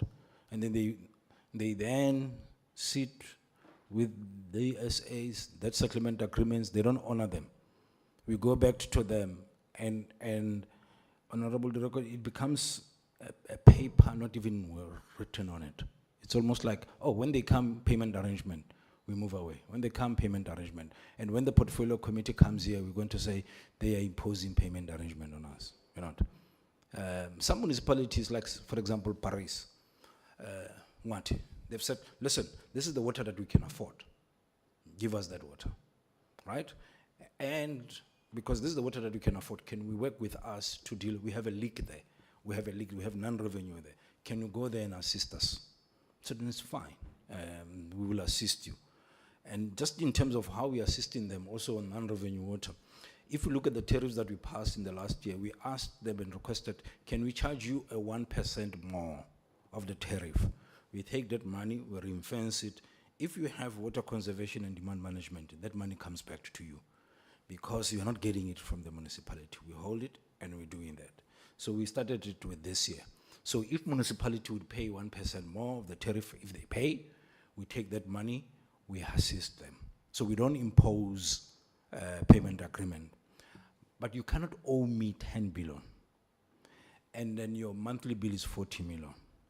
And then you come and say, I want to make a payment arrangement of 20 million. All we are saying is that, okay, you have a debt, you have these challenges, you have a current account. Can we deal with the current account? At least pay the current account, and then we find a way of dealing with that. And that is a problem that we're currently experiencing. And that is why most of them are saying, all right, it's because I'm losing this water, I need to deal with that water. How can we help? What can you do? And then he said, okay, we can help you if we get into these special purpose vehicles and then we get going. But in the short term, it is important that you take water that you can afford. And somebody was saying water shady.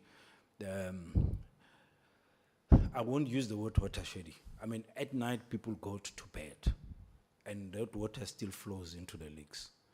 What we're encouraging municipalities to say, when people go to bed after 10, close the system, retain the water. Because if you put a meter there, even at night when people are sleeping, because of the leaks, water still goes through. So you need to do something in the value chain. You need to put pressure reducing valves, reduce the pressure because you're losing water. Manage your night flows, be active, go out there, deal with the night flows, where you can fix the leaks. In the short term, if we can fix the leaks, Chair, if we can, before our municipalities go into big infrastructure problem, if we can fix the leaks, the numbers suggest that we won't be having a problem while we work. The leaks is a major challenge. 33% goes to leaks.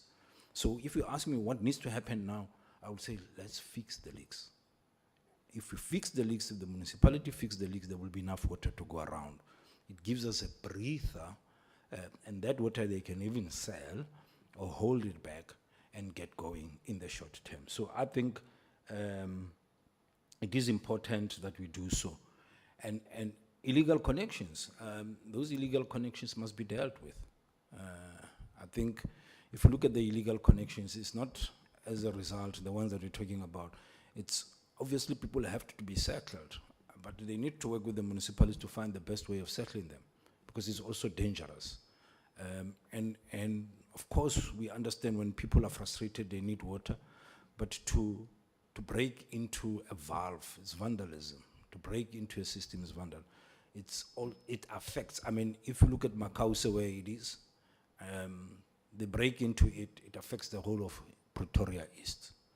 For the Pretoria East to recover, you have to recharge the system. So we understand that if you have a problem, people are anxious, but we don't believe that breaking into the system is going to help. Yeah, is water expensive? I think for me, Councillor Mkalipi, you see, government makes money available for the indigent. It makes free basic services for the indigent. So I think when you're talking about these arrangements, we're not talking chasing people in informal settlements.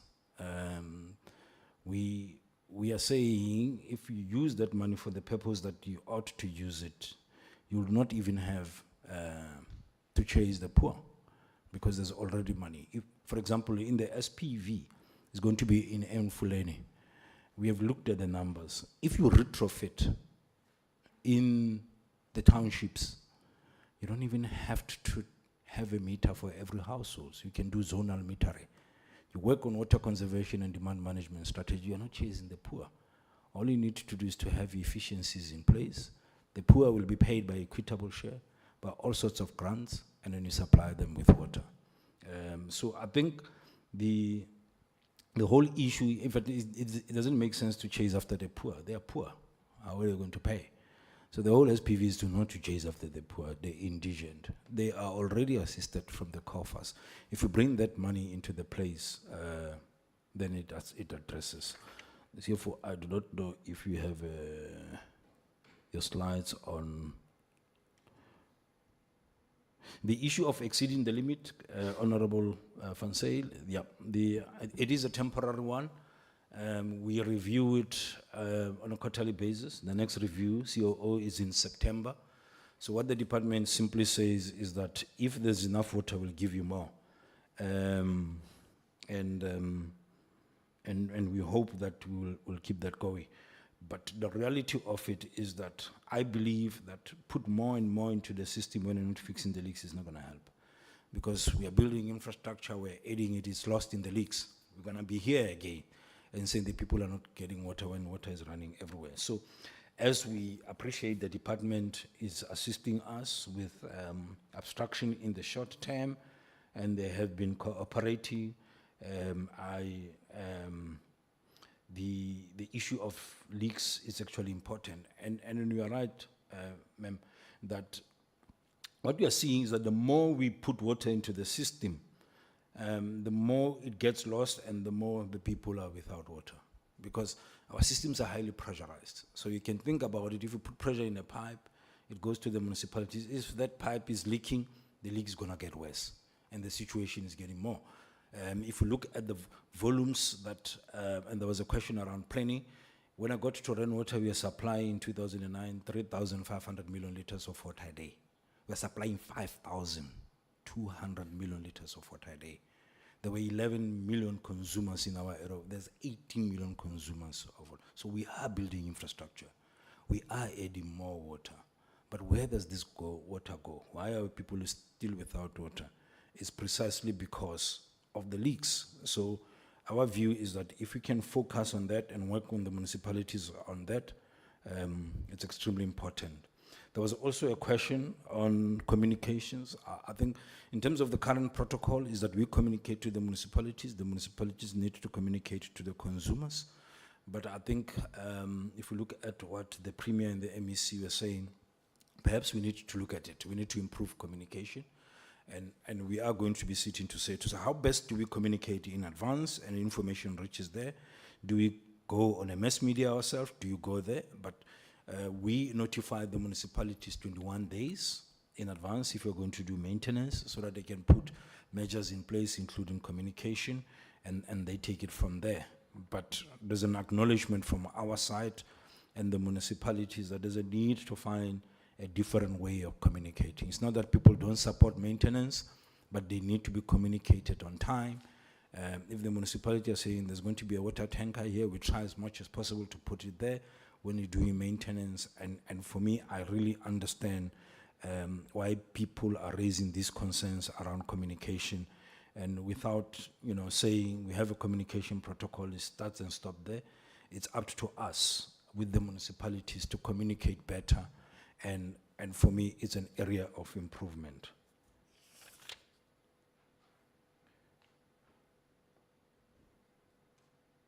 Yes, our skills in terms of wastewater.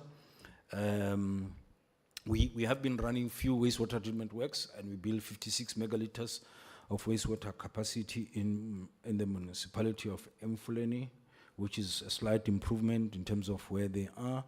We believe we have those skills and expertise. We just need to augment them. And we're looking at various partners to do so. So the process controller skills and knowledge is more or less the same. These plants, at a high level, they work more or less the same. They remove pollutants in water to either produce drinking water or effluent compliance standard. We have set tanks, and they have similar tanks. They call them different names. So more or less, it is the same kind of a system. Oh yes, we in the learnerships, we still take a lot of learnerships. We believe that is the way to go, and we'll continue, Chair, despite all these challenges that I'm mentioning that are happening in the value chain, continue to work with the municipality. And it's not an us and them issue, it's us working with them and them working with us to find solution to some of the challenges. Because there was a question that was asked, does rainwater not have problems? We do have problems. We do have power outages. We do have leaks from time to time. We have to fix them, and then they inconvenience the municipality. So I think you're not painting a picture that we are communicating better, we don't have any challenges. We do, but we believe with collaborations that we have with our municipalities and all the structures of government can play a role in the short term to deal with that. So Ndabezitha, if you ask me what needs to happen now, I think if we can focus all our efforts in fixing the leaks as a short-term gap now, water will get to where it does, and then where it has to, and then we'll deal with aging infrastructure, augmenting these big-ticket items, billing, metering. But I think for now, if we can focus our efforts, this is me now, in fixing the leaks. Let's find the major leaks. Let's have vehicles. Let's respond to them. It will go a long way in assisting with the current situation. CFO, if you need to project, Do you need to project or you need to?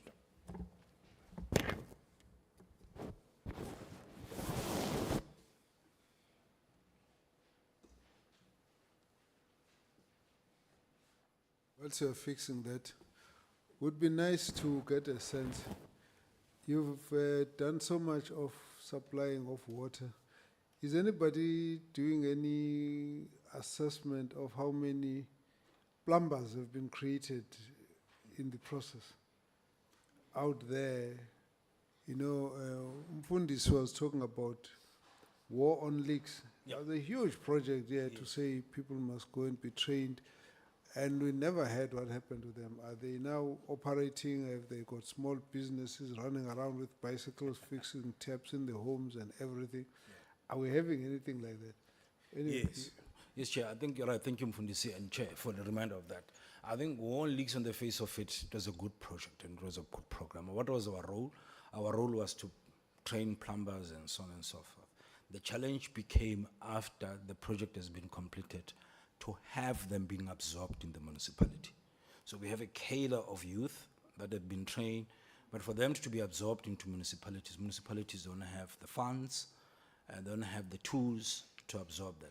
So we have a group of them. Where I come from in Sharpeville, I know there are small, medium enterprises because we give them the skill.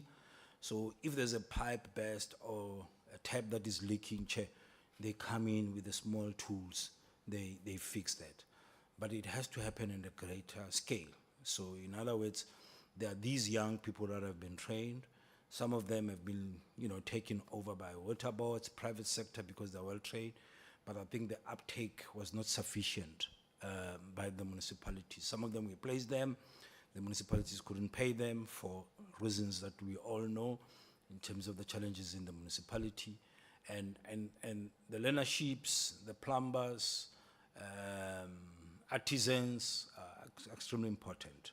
And those, if you focus on them, can assist. In fact, if you look at the discussion that we are having with Joburg Water, they say, can we mobilize plumbers? Can we mobilize artisans? So that when we have leaks, we are able to do them. In Mfuleni, through the Department of Water and Sanitation, I must very importantly mention, through the Section 63 intervention, we bought them cars, we bought them equipment, we bought them tools, and now they are able to employ more. But it's an intervention. We need a long-term solution. That is why we need to have entities that are able to do so. With your permission, Chair, I think the CFO has put up the slide. And Please CFO, proceed. please, yeah. Let's deal with that. We're going to be closing this discussion in the next couple of minutes. So go through this one. I think we all wish this one was inside the original pack that you had given us. So you will send us that slide, but please proceed. Yes, thank you, Chair. I think perhaps maybe let me try to give you an overview of our tariff increases over the last couple of years. In the year that we are in, that's actually ending in 2024, we have actually just passed on a tariff increase of 4.9% increase, because the tariffs are actually determined in line with the norms and standards that are actually outlined in the Water Services Act. So which says that the tariff should actually be cost reflective. It should take into account the cost of provision of water. So herein I'm just showing the trend really of the increases themselves, because it's as a result of the cost of a production. In the early 2000s, would note between 2012 to about 2018, most of those increases that were double digits was as a result of the increases in energy, because there was a period where in energy costs, Eskom tariffs were even above 40%. So the effects of it on the overall cost of production, you can actually then now see it in the cost of water. And similarly then now in this last year, in 2024, you note 4.9% increase is as a result of the lower cost of raw water that was actually then now transferred. In that year, we actually had almost just below 1% increase in raw water costs, and the resultant effect was just a 4.9% increase in tariff. From a rand value perspective, what is, the current levels that we actually charged in the last year was 13 rands 31 cents per kiloliter. Yes. So I'm sure this bottle of water is not 13 rands, but 1,000 liters, then we actually charged, which is potable water, purified, transported water at 13 rand 31. Yes. So what is actually being proposed, because that's the question that's actually then now been asked for the new coming year, wherein now we have a tariff increase of 14%. Ordinarily, you'd note that this is actually a double-digit tariff compared to the 4.9 that we actually then now charged last year. Of course, is a significant differential. What are the main drivers?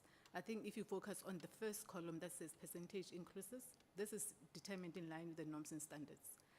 As the GCE has actually indicated, the bulk of our cost is Can raw you water. drop your mic closer to your mouth so we can hear you? Yes, apologies, Chair. Yes, the bulk of our costs, you'd note there, it says raw water cost. It contributes close to 40%, which is about that 38.9% of our overall operational costs.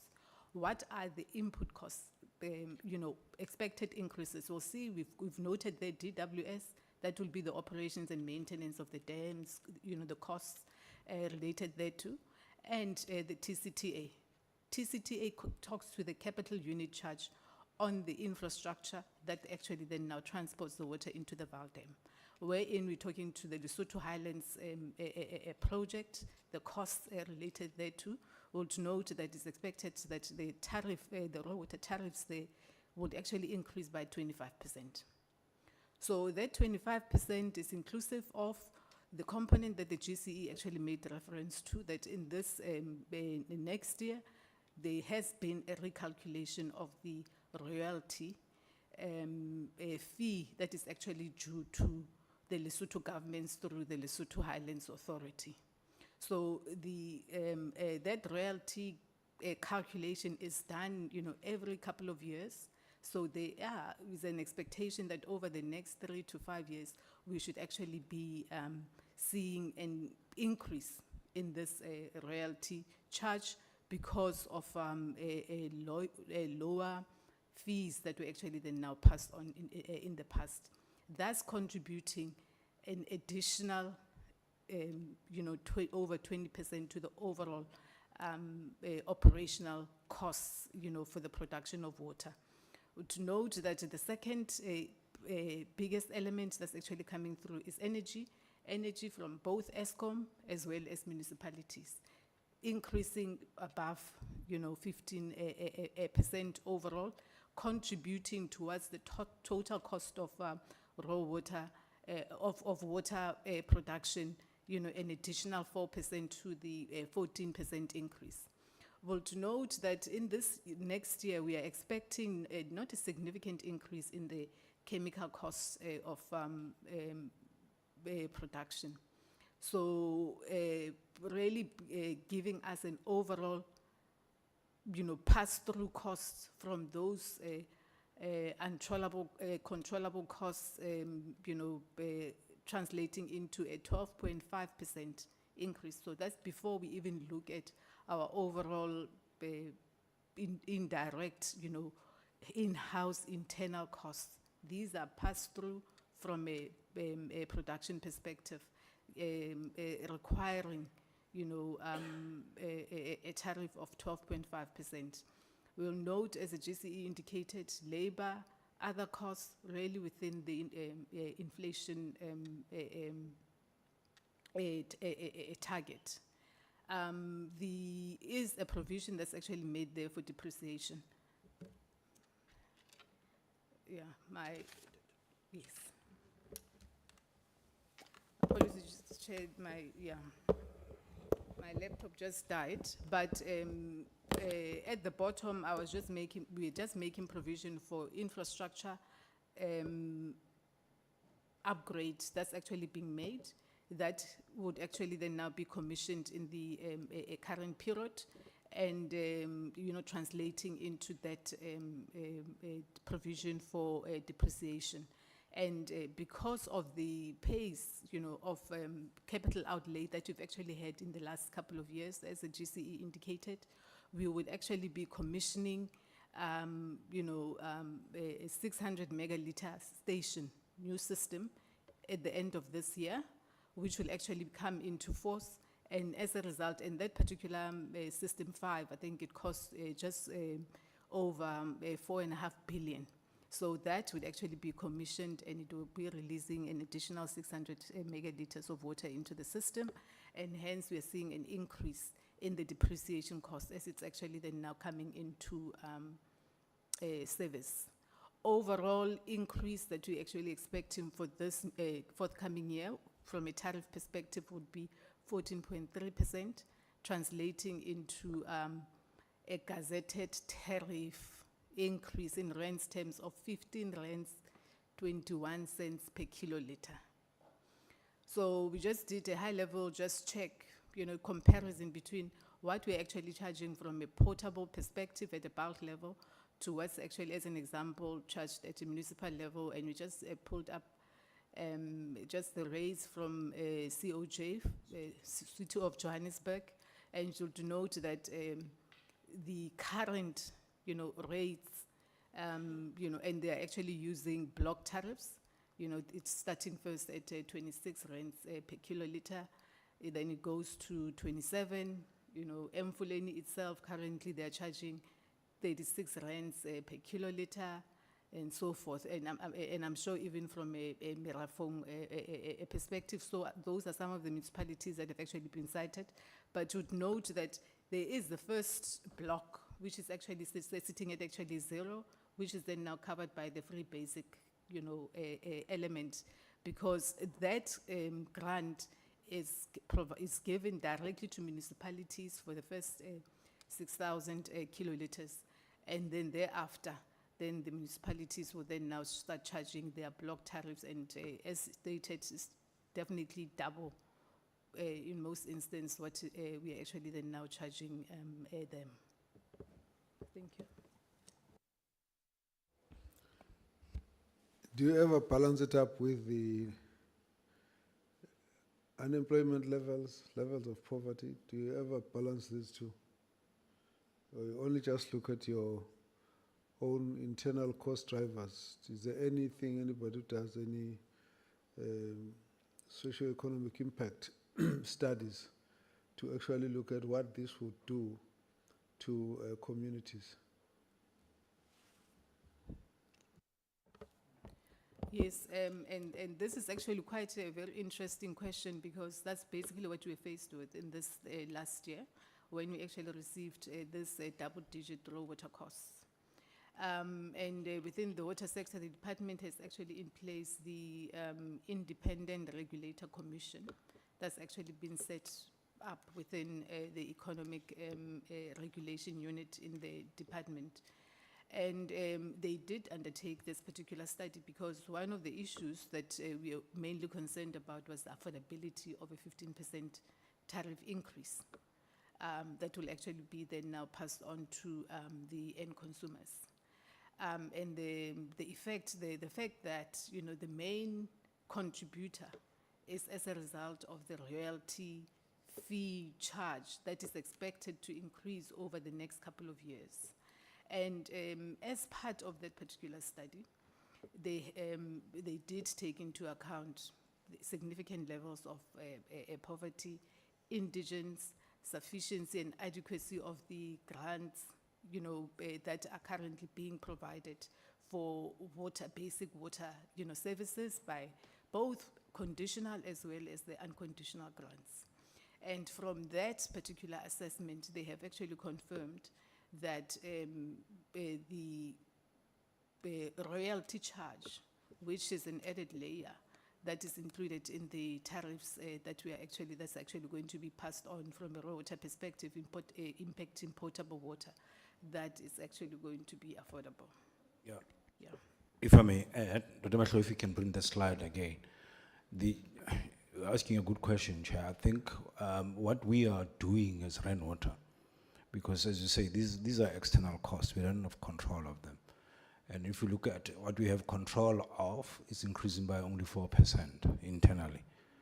But externally, we are also, you see that tariff, raw water tariff of 21%, right? This is the 40% of our input numbers. But the point that I wanted to make is that although it's a pass-through tariff, I and we have robustly engaged with the department. We have seriously, because we are also concerned. These are our municipalities. We know their financial difficulty. If they are not paying at 13 rand 1,000 liters, it's going to be difficult to pass a 14.3%. But I just wanted to assure you that we have had those engagements. We have raised them with the minister. We have spoken to the Director General. And we have requested them to look, because the water comes from the Kingdom of Lesotho. And they are saying, listen, we think we have been undercharging you. We need to charge you 21, in fact, it's 24.8%. In fact, at one stage, it was in the 30s. So we are raising those questions. We are saying we appreciate that this water comes from the Mountain Kingdom of Lesotho, but we have dire financial situation in our own country. These numbers are just not affordable. They are quite high. So I thought I should just tell you that from our end, it's not a cost that we take and pass. I mean, we didn't take 24 and pass it to the municipality. It's a cost that we also engage with around socio-economic impact. When our municipalities can How does the cost, how does it compare? The cost of water from Lesotho and from the Department of Water and Sanitation? It's the same water. No. What's the comparison between what Lesotho government charges and what South African What is government the charges? actual tariff increase? Is that the 6.1 for the operations and maintenance? Yeah, the department is charging 26.1. Our own department, in terms of the current dams, is charging 6.1. That TCTA is Trans-Caledonian Authority that's building dams in Lesotho. So if you remove it, you can say Lesotho. It's 24.8. So the department, you see, it's coming reasonably at 6.1. And then the will go to other costs there, 4.5. This is what I'm in control of as a chief executive. And this is what I'm saying, it's our increase internally, controllable costs. These are the costs that we can control. And you see it's between the 3 and 6 inflation targeting by National Treasury. So internally, we're doing well in terms of watching our costs and keeping them to the bare minimum. The problem of that 14% is external check. I think we need to close the issue, colleagues. Fundis, your last word.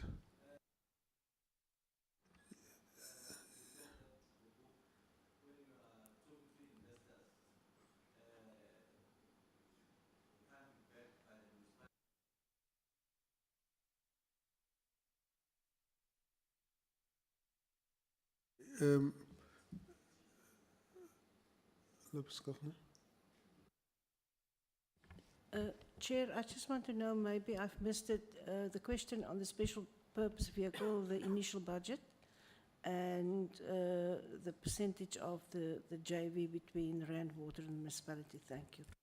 Direko? Thank you, Chair. On the response that I just got is indicate that the rainwater is not imposing the arrangement from the municipality. But what seems to be an outcry, especially on the municipalities that are working with you, is that you are imposing that to them. That is why they signed this arrangement while they know that they are not going to be able to pay. So hence I'm saying, when they sign that particular arrangement, is there a way where you sit down with them, you look at their finances, you look at their affordability? Because when we were doing oversight, we had some of municipalities which were raising that concern. Or this arrangement that we are signing with the water boards or ESCOM, we are signing them because we are being given strict restrictions in terms of if you don't do this, therefore we are taking this. Like for instance, there was a time where the treasurer was threatening to withheld their MIG grant because they are owing water board and ESCO. And then municipality had to do that arrangement plan as part of malicious compliance just to get their money. And once they got the money, they didn't realize, oh, this arrangement that you are in is not working. You've also made an example to say, if you owe me 10 billion and then you are getting 40 million, you then say you'll pay me 20 million, of which it doesn't make a financial sense. But in a situation where the municipality is receiving a revenue that is not even able to pay your current account, how do you deal with that? Like I've made an example in Merafo, that municipality have many townships which are receiving water without meters, which means that that community cannot pay because they don't know how are they going to pay. So which means that you are giving them a lot of water that they are not billing. So it means that when they receive their revenue, they will not be able to pay the current account because they are getting half of what you are giving them. In that situation, how do you deal with the matter? So that's what I want us to deal with, because we find ourselves in a situation where there's a paper for malicious compliance and in reality it's not happening. Their salary bill versus what they have committed to pay does not a match. So how do we deal with that? And on the issue of current account. Let's round up. Yes, Chair. On the current account, we know that they can't, most of them. So is there any plan in place in dealing with that? Okay, let's round up response. I'm going to ask, I didn't understand the question of Fundis in terms of, and then the other one I'm going to ask the MD to talk about, sorry ma'am, the percentage breakdown. But yeah, Honorable Director, you're asking a very good question, but you're speaking for the municipality. I wish there's somebody that can speak for water boards as well. You know, in that No, situation. we speak for both. Yeah, But you have got unequal power here. Oh, really? You I see? wish we did. Yeah, no, we've got unequal power, and our biggest problem, somebody spoke about elephants fighting and grass getting trampled. Yeah. Our real problem is not there. Our problem is on the people on the ground. And we are looking at the municipality and the rainwater and the ministry. How do you manage your issues in such a way that with all these problems, you find a solution before you have to go and overtax someone who's completely unemployed and cannot afford, and the only thing they have, they start stealing, because we don't want them to start stealing. You raised an issue, for example, somewhere in your slides about flat rate and all of that. There are many solutions that we need to try and pull together. I don't believe we'll close the issue. We'll probably need a conversation right across with the different, and yourselves, because the question is going to be, you got water leaks, you got expensive and rising tariff, rising cost of water, and then you've got a rising unemployment, you've got illegal connections. That whole combination is a toxic cocktail that makes it difficult to know that there's sustainability on the water supply program. So, but we have to at the same time understand that every day someone has to think about, where am I going to get water, how am I going to get the water. At the same time, you've got an organization here that can, good structure because you can raise your own funds, but you actually have relatively well-to-do organization as compared to the person who ultimately has to suffer on the ground. And how do we balance it up? In our view, our position from here is to look at, are we doing justice in supplying the water and making sure that you're doing your work and you can and there's affordability in the system, but at the same time, we don't have undue pressure which actually begins to play onto the human rights side of the people on the ground. That's really where we're trying to find our way out here. Okay, and I appreciate that balance, because I think I also do appreciate that, and I follow you, no doubt about it. But this issue needs to be asked in the entire value chain, Chair, to say, how do we make the sector sustainable across the whole spectrum? And that also include, how do we make rainwater sustainable? On one hand, we do understand that, but then on the other hand, there's this elephant in the room around these costs. We would like to keep water open at all times. We don't want to the grass to suffer when these elephants are struggling, and we're not fighting, we're struggling. But the challenge is, if you have and I'm just extending that question because I don't have an answer to, if we have a municipality that says, give me 100 megaliters of water, but because of this thing I can afford 20 megaliters of water, where does the 80 megaliters of water come from? And I do not agree with you when you say we are a well-off institution. We aren't. Our debtors book is 8 billion. Our expected credit loss is 2 billion. We are getting to a point of bleeding. And I think as we find solution, we must also find a way of how we're going to solve Renata going. Comparing you to an unemployed Mr. Mkwena in the deep slot squatter camp, that's the comparison. I'm not saying that you are not having problems. I do accept that. I appreciate that. I'm also worried about that Mkwena in Sharpeville as well, in terms of that sustainability water supply. So I'm just saying, to your point, and I think we agree, Chair, is that we need to look at how, in the entire value chain, ensure the sustainability to ensure going forward and that Mkwena is not without water. And we work it backwards so that we ensure that it doesn't only have water now, but sustainably, which include distribution, bulk, and the resource itself. So I think we would welcome that engagement across the board. Without much ado, I think there were two questions, one on the MD, and I can't remember what the other one is. Thanks, Chair.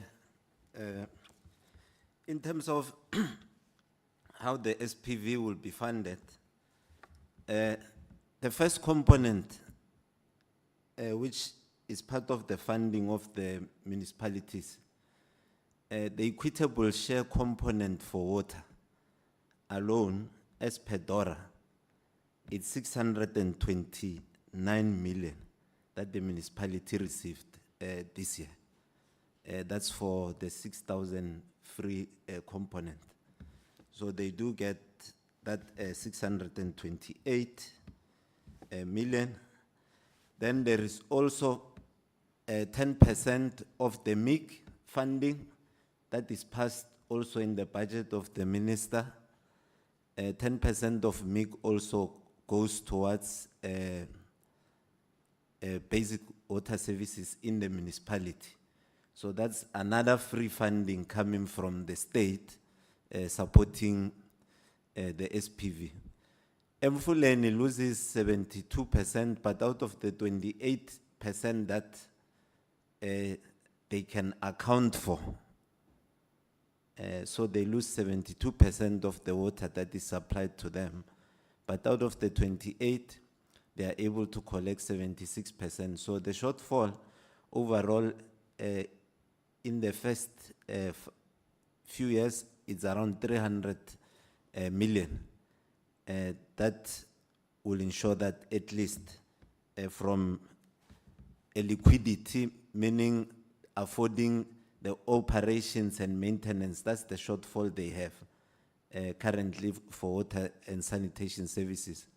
But I must indicate they do receive a bulk of their grants, infrastructure grants, from the fiscus, which is in the form of RBIC and MIC. It is sad to know that in this year alone, they are reversing about 650 million back to the fiscus that they could not spend. So, Chair, you've clearly put it. It's a toxic cocktail in the municipality because there's funding coming from government. It's supposed to go towards fixing the infrastructure. They are not able to spend on it. And the solution that we are putting in place, we did the due diligence to understand the debt trap in full detail. Basically, if the municipalities continue without an SPV, they are going to be really caught in this debt trap. If you are looking at the business, I would say normally they would not even allow you to sign a payment arrangement. They would basically liquidate you. Because even whatever you sign, you won't be able to pay for it. And here Renota is coming forward to say, let's work together in this SPV. We understand current model is difficult to focus on the end user, which is all of us what we are focusing on, because the current arrangement is between Rainwater and the municipality. So to break the debt trap, that's how we asked that let's partner so that we can be able to target the end users that are not paying for water. Another study which we did in Mfulen, there are areas where they are supplied by water tankers. If you look at the tariff currently, it's 15 rands from Rainwater, 36 rand charged by the municipality to end users. The water tankers, which also supply areas that they are not supplying, they charge about 150. For poor of the poorest, they pay 150. Something, somebody's paying average 36 rand for 1,000 liters. So that's another component. If the more the municipalities struggle to supply, the poor of the poor end up buying water from water tankers at 150 rands. So it's not about that they do not want to pay. It's because we are not able to give them a system for them to get water in their taps. Thanks, Chair. Okay, was there another comment? Okay. Yes? There was a comment from Fundis around the book. You're talking about the debtors book? Yeah. Can you just respond to that, CFO? Sorry. Yes, thank you, Chair. The overall debt that we actually have out there in the market is about 4 billion. We have just redeemed one bond last year for about 1.2 billion. And there would be an expectation going forward as we then now ramp up our augmentation cycle to actually go back out into the market. So at the moment, really, we do have sufficient capacity on our balance sheet to bring in more debt, yeah. Okay, let's, no, don't continue on this. I see it looks like we are getting back to Nugile. No, thank you very much. Let me say at this point, let's close this discussion.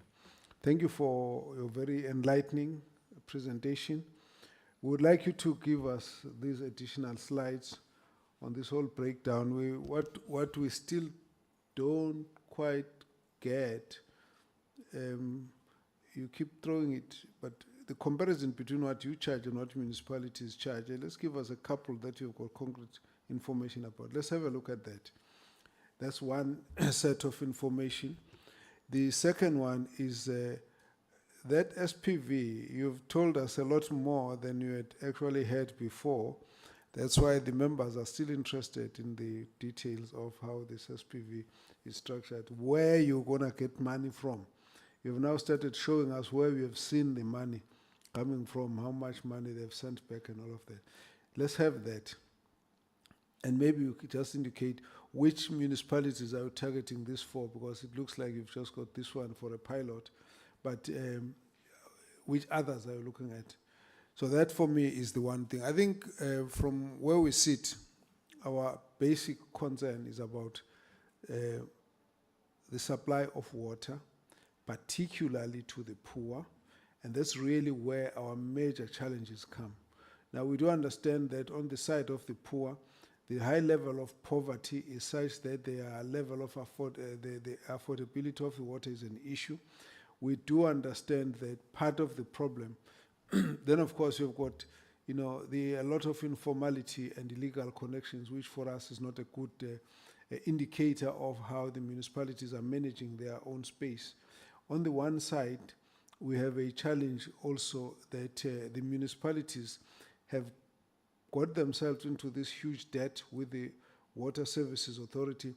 We actually don't agree that they must play around with it. And what the Honorable Member is raising is the relationship that ends up with malicious compliance. That's what is a matter for us. And this, for me, will require that we have a conversation also not just with the water services authorities, but also with the ministers and the relevant departments, because this is unlike a normal business where if you had this kind of position, you would be liquidated. Here you are dealing also with a family problem, which is an intergovernmental problem. That means something needs to be done, because there must be a solution that takes care of everybody's problem here, that ultimately helps us to be able to say we get out of the problem. Now, there are concerns around the issue of the SPV on the one side, but we are also pleased that there is a solution that you're proposing. And that solution, we need to go into it to see that at the end, it should not be such an extractive relationship that only gives us advantage to the one side and doesn't assist the other side. So how do you keep that balance? And those are the things that we want to look at. In terms of the various challenges, what one thing we want to be able to be upfront about is that we do have a problem with a water services utility that would actually twist the arm of the municipality by cutting off the water services. There is, for us, it's a no-no. What we do believe, though, is important is that there should be a stronger intergovernmental framework that allows people to comply with the necessary agreements that you have now. You got an agreement in your case. There should be a role of the ministers, both water and sanitation, as well as the Minister of Cooperative, on ensuring that this issue doesn't just get left hanging. So it's a hit or miss. If you get a municipality like Metsimahulu that says, listen, we want to come and show our capacity to pay, then you get compliance, then you get another one that says, well, listen, we'll sign but will not pay you. Again, I think that's a problem of governance of the municipality that cannot be left without being given attention. So at the end, we would like to see a solution, but we are saying that there's a lot more of involvement of the various players, particularly, I would say, Cooperative, water sanitation departments, that and treasury, that must get involved in this. When you raise the issue of taking the equitable share from the municipality, our first response is no, you can't do that. When you say no, you are targeting the aspect that the focus is on the provision of water, the free basic component, and you're going to look at the issue of the infrastructure, development and maintenance, and you want to look at that. It's much more palatable if you have got a joint arrangement, because then at least we can see what you're trying to do. Whereas if it's just targeting, it's almost like we wouldn't like to see one section that will simply make a deal with treasury, take your money away, and then there's no services to the community. But if you want to break it down, then that at least we understand what you're trying to do. So at the end of it, we need this thing solved. At the end of it, we need this body. The question I asked earlier when we were talking about it is that, are you going into the ESCOM debacle direction, where you're going to end up with an entity that's going to be needing to be rescued? Now, we don't want to see that ever again, and we hope that we can actually steer away from that as a route, but we also realize that part of the problem has got to do with probably three issues in relation to the municipalities. On the one side, there's an uncontrollable aspect, which may be a bad thing on their side, but it's uncontrollable. The water losses are not a deliberate thing. They found the infrastructure broken down, so that's one thing. Of course, over a period, there must be a determination to try and get it resolved. Then the other issue in the case of the municipality has got to do with the fact that they've got a whole lot of areas of people who are poor or may not be able to understand and so on, so which is a big problem. But the third problem is their own level of governance, which is very poor. And where they've got dysfunctionality, you're going to run into a problem like this, because at the end of it, it's got more to do with the level of consciousness of those who are managing it, the municipalities.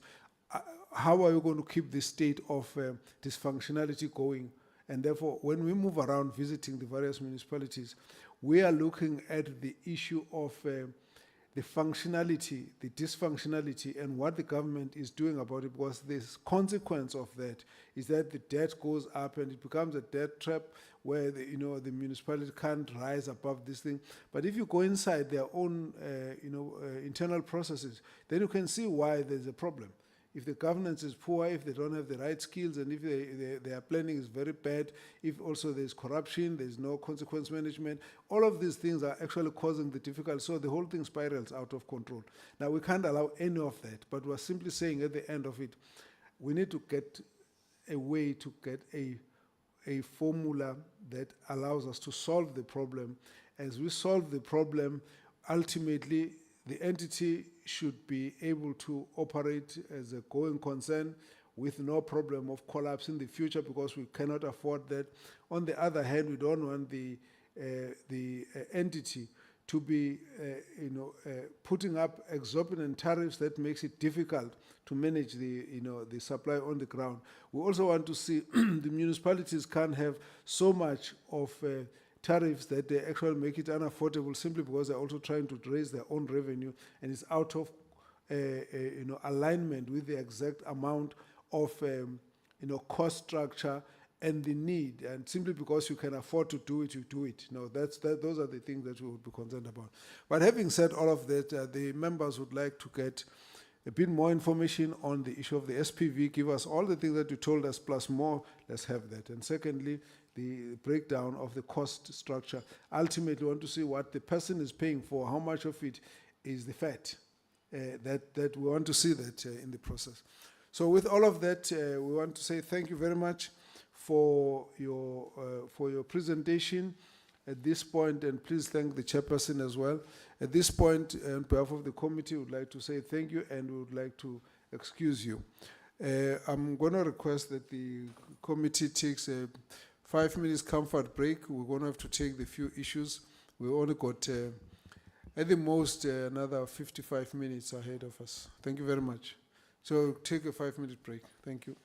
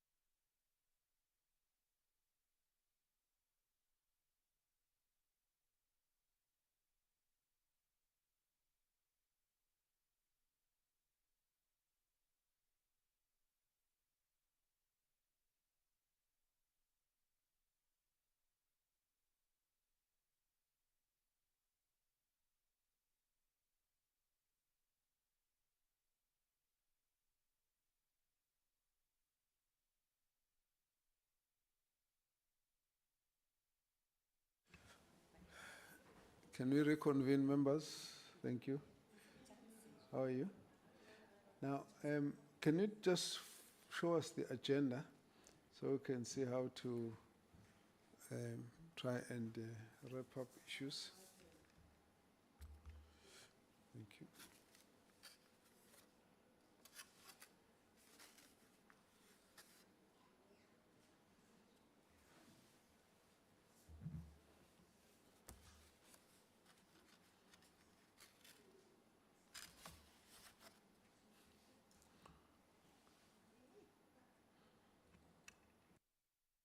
Okay, let's look at the agenda, colleagues.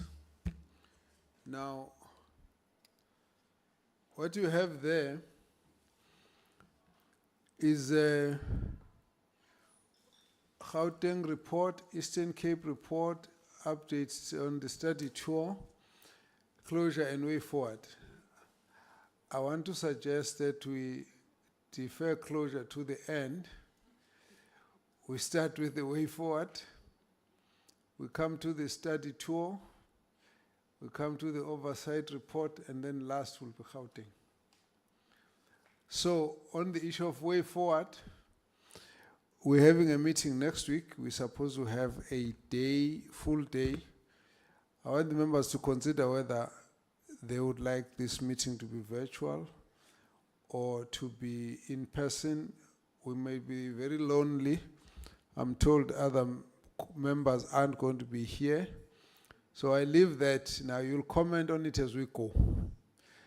The next aspect, Sherin is going to read a short message, and then you have a sense of this matter so that we keep that in mind, and then I'll go to the next one. When we'll comment on each one of them, one after the other. So that's your message. Read it, please, Sherin.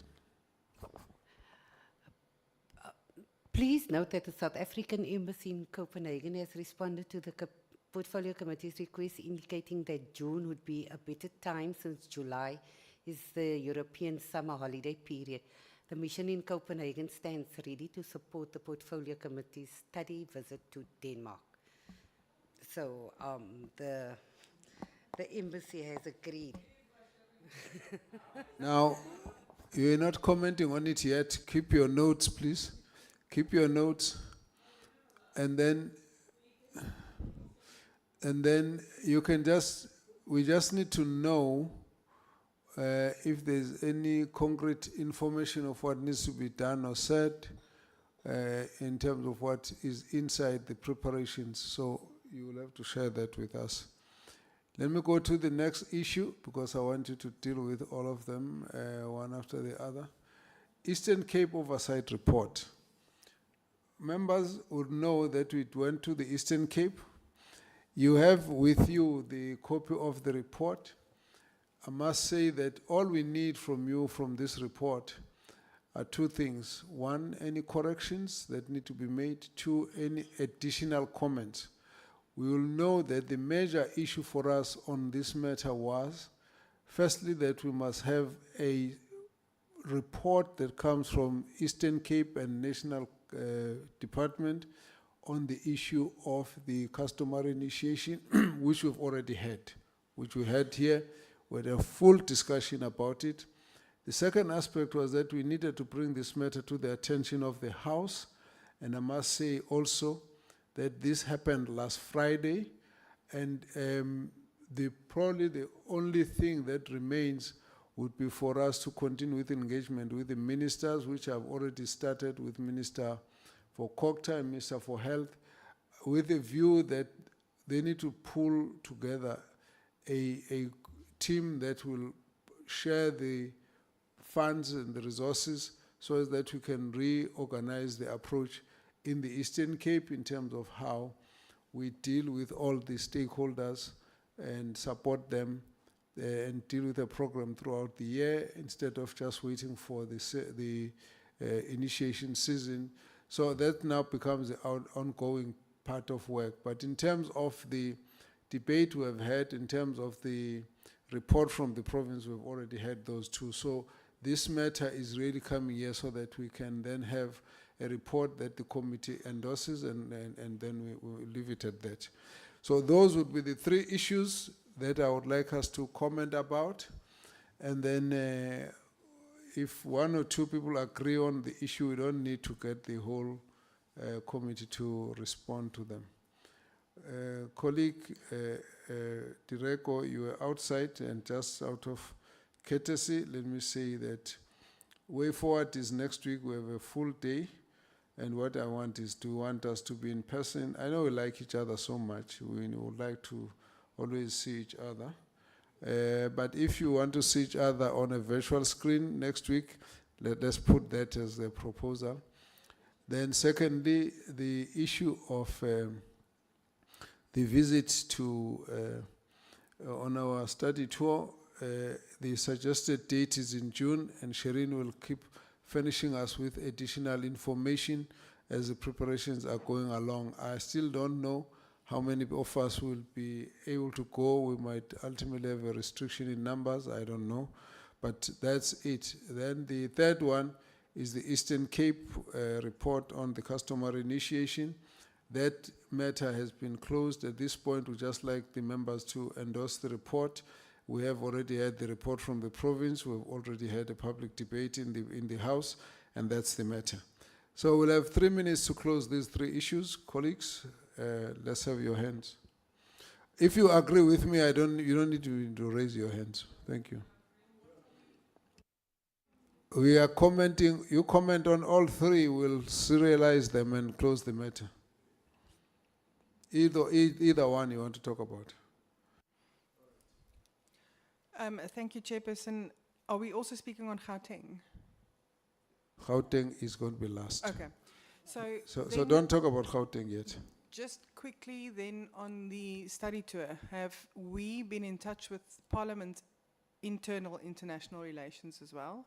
That's the first question, not only DIRCO. And then the second thing I wanted to find out is, are we as a committee on the list to go on a study tour this time around? Because I know there is specific years that specific committees are actually able to go. That's the thing that I got from someone in Parliament. And then what are the dates again for this study tour? Because we skipped that part very quickly. And then, yeah, let me stop there. Thank you. No repeating, please. Let's get. Yes. She asked everything I wanted to ask. I just wanted to say I support the virtual meeting next week. I could trust you on that one. Honorable Mkhalipi? Thanks, Chair. I don't No, me and you, we. Hi, Chair. Musanu blokeni skimana na fletana na se meeting in la. We're serious.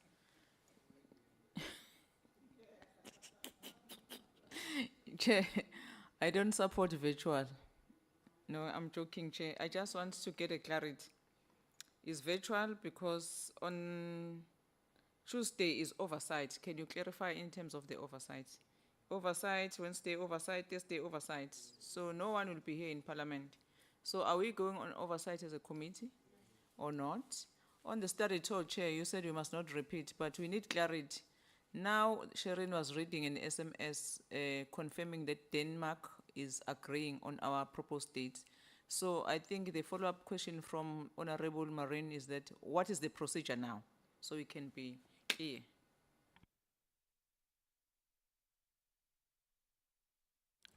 Sharon? Sorry, Chairperson. Thank you very much, members. So for now, we will do the preliminary logistical arrangements. We'll get flights and things like that to get the costing. Then we'll send it on to the House Chairperson's office for approval. So it goes to the House Chairperson and to the Chief Whip's office, and it takes about 1 to 3 weeks to get the approval from those two offices. Then we need to do the funding application. That takes another 3 to 5 weeks because it must go to different offices. So I just wanted members to to take note of the time that it takes. Anything that comes in quicker, we'll let members know. And yes, we do. We have informed our internal international relations. I'm not sure if all members have the official passports.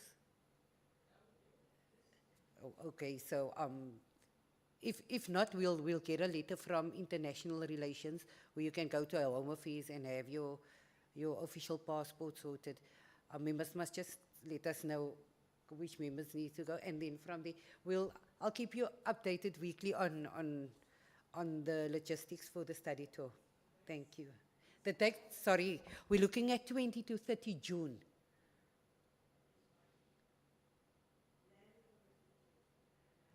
Now leave those details. You got a sense? It's in recess. No. Let's do it this way. Put the dates up and circulate that whole thing. Okay. I don't want us to debate it. Look at the dates, raise comments with sharing. Then otherwise we'll start wondering whether we're going to be flying SAA or flying who. I don't want us to go that route yet.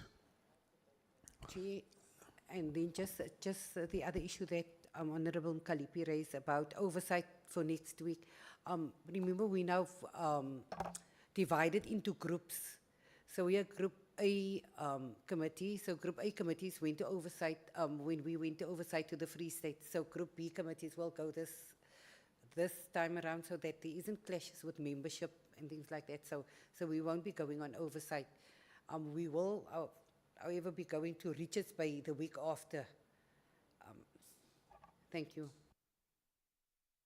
I think we should be focusing on the constituency and then deal with our meeting virtually next week. Any complaints? Thank you. I must see smiles if you agree. Okay, members? Must be smiles if you agree. You know, you can't be quiet if you're all happy with the decision.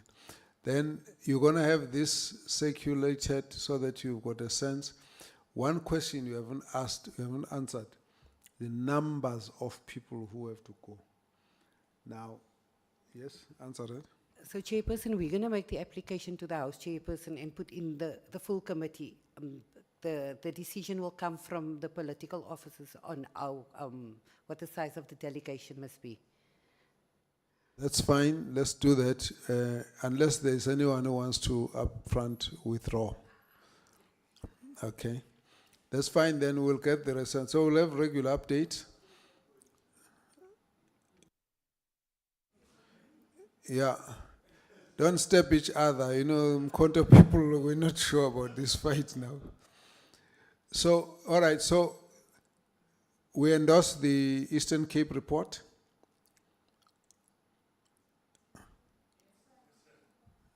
Yes, thank you. So we go back to Gauteng now. Gauteng report. Put it up there. Now,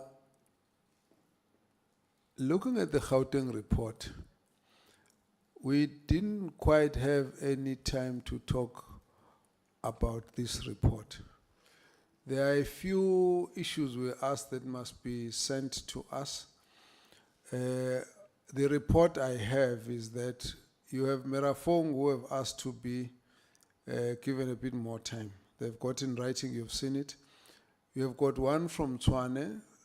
I liked it. Tshwane has shown us a plan, what they want to do. And for me, I think they at least know what they are trying to do. And it was fairly extensive in the way it covered it. I'm not sure there's anything that's outstanding about Tshwane, but from where, as I looked at it, I was quite happy with the fact that that's what they've sent to us. Then Johannesburg, we've sent them several letters. It was mainly on one issue. And I just want to get your latest on that. So I'm going to ask that the members can comment on the entire report, any corrections, any new issues, anything. But then I don't think we're going to close this one today. Let's just comment, and then it's at a point where we feel we've just done enough ventilation, we'll hold it, we'll bring it back again, And then we want to see what other follow-up we're getting in terms of the report we're expecting from them. Let me also say, colleagues, it's my view that we should try at a certain point to pick up these reports and send them to the minister and ask them for a discussion with the minister and department with us on each one of these reports, and probably look at the overall issues that we think the department should be focusing on, and areas where we're not happy, areas where we think there are good recommendations and so on.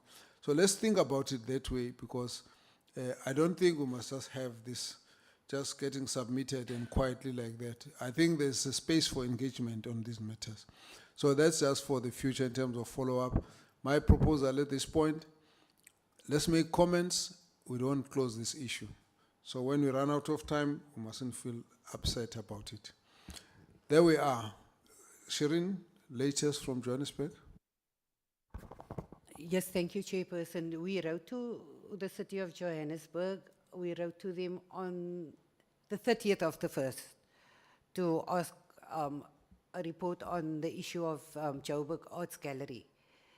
They didn't send us any response at that time, and we asked that they send us the report on the 3rd of February. They did not do that. On the, let me just see again, on the 5th of February, we wrote to them again, giving them a week to respond to us again on the issue of Joburg Arts Gallery. They did not respond to us.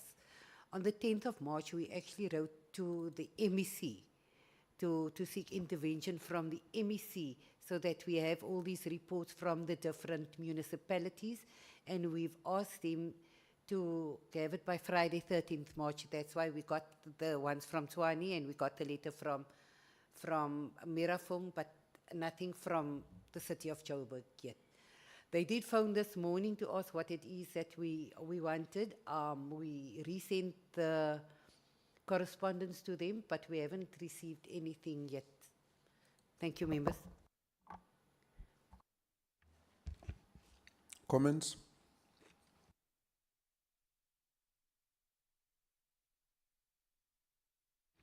Bosch. Thank you, Chair. Yeah, Chair, Joburg, I don't know. Even Shireen on the report, remember I sent you the issues that I wanted you to add. The one of the lady who's living in the south of Joburg that's got a bill on the Soweto house of over R1 million, almost R1 million. And then there was my house's issue on the water, which I've sent for you to add. I still didn't see it there. So I don't know if you did that one. But even besides this report, I've been following up with those people. My account is still not fixed. And I mean, that was mentioned in the meeting with the MEC there, with the CFO and with the MMC for finance. They made promises in that meetings, but my account is still the same. And I have followed up numerous occasions with that to them with emails as well as WhatsApp messages, just no response. Last week they said to me for the first time, the CFO responded that the officials from Joburg Water is coming to my house to do an inspection. And I said to him, I don't know why they're coming to do an inspection, because I'm not querying any of the stuff there. What I'm querying is the rate that you charged me at. And then I haven't heard from them again. So I don't think Joburg is interested in this thing, Chair. I must be honest with you.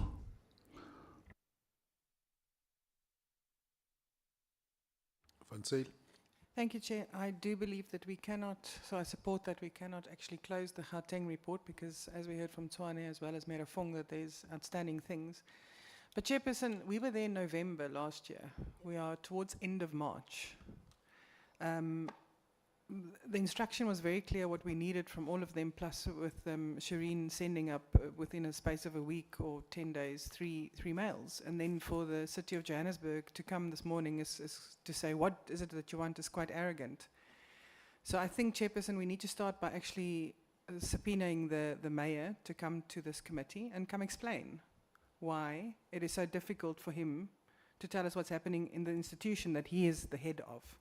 So I think it's Wild West out there. I can see that it's completely broken, and I know why, because we have arrogant people running the cities. So, Chairperson, I think we need to subpoena Mr. Morero to come and explain what is happening on that side. Thank you. Kalipi? No, I agree, Chair, particularly on the issue of Johannesburg.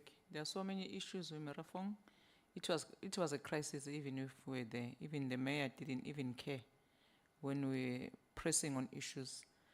So it's very disturbing if the mayor does not take the committee serious. So I agree with the member Van Zyl to subpoena the mayor to come, and plus the MSC, they must come and account.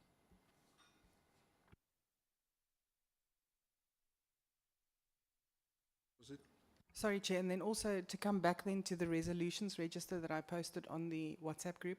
I think it's very important for us to have a because we go on these oversights, we ask people for things. We need to have an updated resolutions register to say this is still outstanding so that we can keep track. Thank you. Sharon, where are we on that? Members, we do have a register. The updates, I must just update it. I will send it on to members by the end of the week. Let's concretely say you're going to submit the register for next week's discussion. Okay? Okay, thanks, Chair. That's fine. Honorable Typor? Chair, I also want us to do the same thing for eThekwini, because if I look at the issues that we highlighted in eThekwini, we've had no feedback or very little feedback, if any, and there were some very serious things there. We couldn't just leave those things like that. I don't know if you had on your side any resolutions or feedback from them. Thanks. Any other comments? Yambos? Thanks, Chair. Yes, I wanted to sneak in something if it is relevant because it touches the city of Johannesburg. I'll cut you if it's out of order. Okay. All right. But it is concerning the issue of Mr. Mesuli, who is working within the city of Joburg, who raised an issue of fraud, appointments of 130 people in the city. As a result, now he's being persecuted for having raised that matter up. So it is with the attorneys. I think the minister is also informed, and yourself. So we just need to know what can we say in that situation of his. Is it out of order or is it in order? Chair? It's not out of order. It becomes one of those constituency matters that is allowed. Yes. It's relevant in Gauteng and Johannesburg. In this case, what you'll do, you'll just formalize your submission, send it to Shireen. We will then add it on the list of issues that we would like the mayor to respond to when he comes here. So, in relation to, it doesn't matter, it came out after. It's still the same municipality. So we're fine with that. Then the register will cover eThekwini, Mkumsunduzi, and all of that. So I want to then say what we do for next week. We'll have the register of all the resolutions, which will be just as a matter of us to inspect as a committee. It will be part of the agenda. We don't need to go into too much of details on it. Secondly, we will then write a letter to the mayor indicating, firstly, that there were outstanding issues that their municipality was supposed to have responded to us 4 months ago, and they haven't. And on that basis, the lack of response and communication is interpreted as undermining the committee, on which basis the committee would like them to come and appear to the committee, the MEC and the mayor. I'm not sure we want to leave out the municipal manager there. I think we should include and then ask them to come, because we wouldn't like them to say, well, we don't have the information because municipal manager is not here. So who else ever they bring after that is not our problem. So I think we should do that and send it, and they'll be given the nearest available space. In fact, if the best would have been a in-person sitting session, but now our meeting, if we agree it's going to be virtual next week, if we bring them in, then it will have to be a virtual appearance. If the members feel otherwise, we'll have to reschedule. For me, we have to decide whether it's in person or it's quicker. If it's quicker, it will have to be next week, and if it's next week, we are not here, we do it in virtual. If it's the other week, we can do it, but again, that will be in person, but it means we'll have delayed, so it's up to the members here. I'll leave you to just sort that out. So that would be the second thing that we're going to be doing about it. Now, the third, excuse me, the third issue has been that we do need, once we have looked into this list of resolutions, we do need to submit this for the minister, for discussion with the minister, and say, look, I would like to meet with the minister in about 2 weeks. Here are the reports from the different municipalities. Then we put a summary of the concerns we have, and the summary of issues that we said needed to be attended to and that were not, and maybe the issues which were attended to and they gave us information and we believe that action needs to be taken on those. If we do it that way, then we'll get more space to engage on the municipalities. The one thing that I think we should at least try and do is that we mustn't just visit, write a report, and walk away. There has to be some way of going back to say, do we need to go back to eThekwini? Do we need to go back to the minister about it? But it mustn't just die like that. So that's for me what we need to do.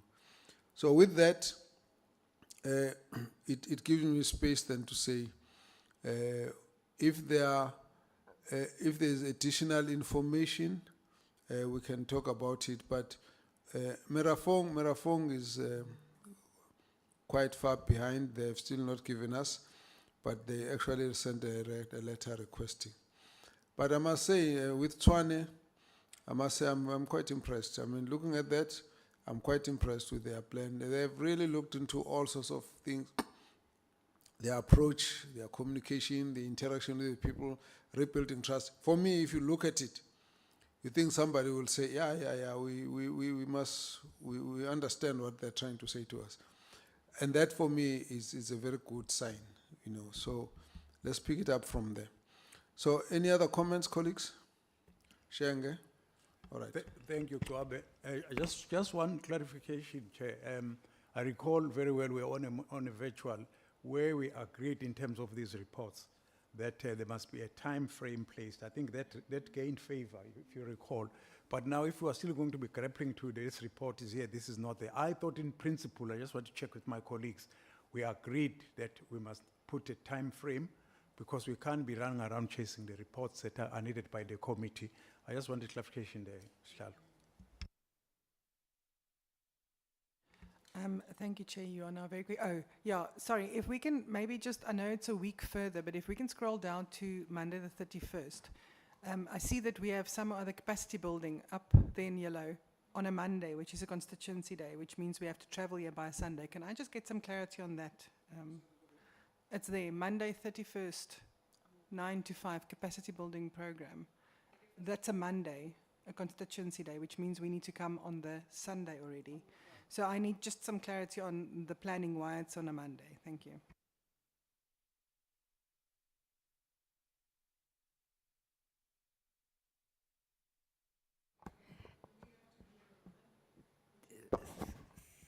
Sorry, Chair.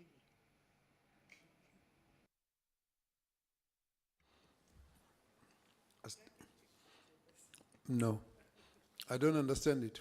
Okay, let me tell you why. Next week, we're taking most of the week to deal with constituency. Other committees are busy with oversight.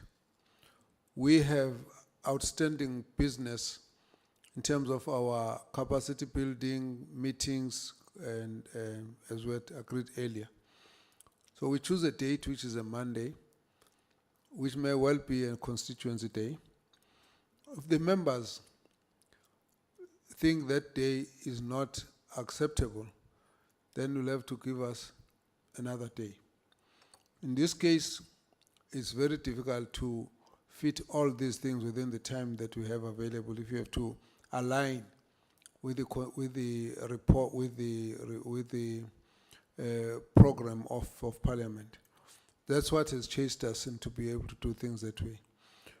The NSG, this is the National School of Governance, has done a capacity building on a couple of committees already, and we asked them to come and do it. They were actually asking for 3 days, and we told them can only fit 2 days. And we could only do that because there's a tentative program that they shared with us. So we're going to still come back to you and show you what we think, and you might have to amend whatever. But in that process, it was clear that you'll never get 2 continuous days anywhere in the program, except if you have to make a sacrifice somewhere. And that is the point.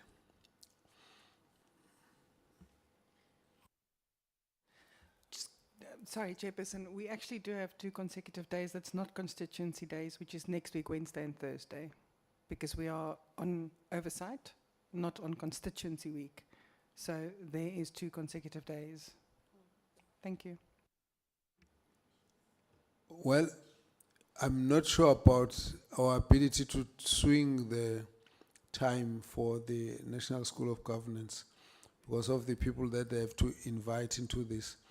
We made the planning a while back, and so I don't know whether that is possible. If it is possible, let's talk about it. If it's not possible,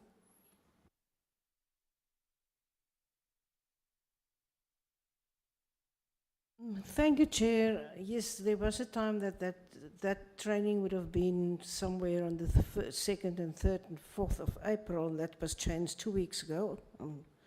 I will just, beforehand said, I also have a long-standing day in my constituency on the 31st, so I will not be able to be here. My apology beforehand. But I want to go to, that's got nothing on this program, but it does have a link with our program, and that is the list of bills. On today's order paper, if you look at the bills referred to committees, bill number 22, Local Government Municipal Structures Amendment Bill has been referred to the tagging committee. Normally they get 3 days, and those 3 days already expired, and then it's coming to the committee. I was just thinking that we should maybe try and find out from the department when they are ready to present the bill to us, because that is one of the motivations that we used for the study tour, that bill. So my proposal would be if we can find out when the department is ready to start to process the bill within the committee. Thank you. any other comment? We're looking at the 2 days. Yes, Honorable Kalipi. Chair, I mean, I don't have a problem with the proposed dates because it's still far. It's 31st April. So we can plan around as members. It's March. Oh, okay. Either way, I don't have a problem. I'm a soldier. Not Umkhonto Sizwe, but I'm a soldier. Chair. No, it's a mistake. Repeat your concern again. No, my concern, Chair, is the one that was raised by Undabezitha or Honorable Kalipi about the time frame regards to report. And when I was listening to you, Chair, saying that making an example of eThekwini. If we have visited eThekwini and they are not responding as much as we like them to respond, we must press, we must ask them. But my worry, Chair, is that we have so many municipalities that we need to visit. So I have raised this issue before, and Honorable Direko and which other member who's old here will know how we used to work, because 257 municipalities needs our attention as the committee. If our program is not going to talk to all municipalities, I don't know how are we going to manage it. So I'm saying to you, Chair, when you do the program, please consider that we as committee, we must work extra if we want to go as much as possible, to cover as much as possible. I'm sure there's an issue of Northwest, of Disobotla, that is always coming to the committee, and many more. So if we are going to say, okay, this is a program, we are frustrated by Johannesburg and eThekwini, they are not responding as the way we want to respond, let us go back to them. Without having a program that is going to talk to all municipalities, although I know, Chair, that you are going to say, but it's impossible, we're not going to cover all 257 municipalities. But my point is, let us try to cover as much as possible municipalities. So that's what I'm proposing, Chair. Thanks. I know I have no problem with that. We just have to agree on what is the best way to prioritize what we want to prioritize. I have no problem with that. But I just want us to close this issue on the date. It's going to be always difficult. There has to be a give somewhere. The issue of that Monday, 31st March and 1st of April. Now, if we want to remove that and we cannot get the week next week, are we going to find another time? And we must just consider that the people that we work with might have factored all of this and therefore are engaged in other dates after that. So I'm asking the question, either we try for next week, and if it works, good. If it does not, do we cancel it? Or, because that's what we need to now look at. I was also hoping we wouldn't leave this issue too far down the line that it makes no difference at the end. So that was a consideration. Now, if we're talking about the changes for next week, it may obviously mean we might need to revisit the earlier decision anyway, because if we're going to do this capacity building, it's going to be down in Cape Town. And so anything you want to do in a kind of workshop or conference type, we have to come and do it in Cape Town because of the cost issues. So just keep that in mind.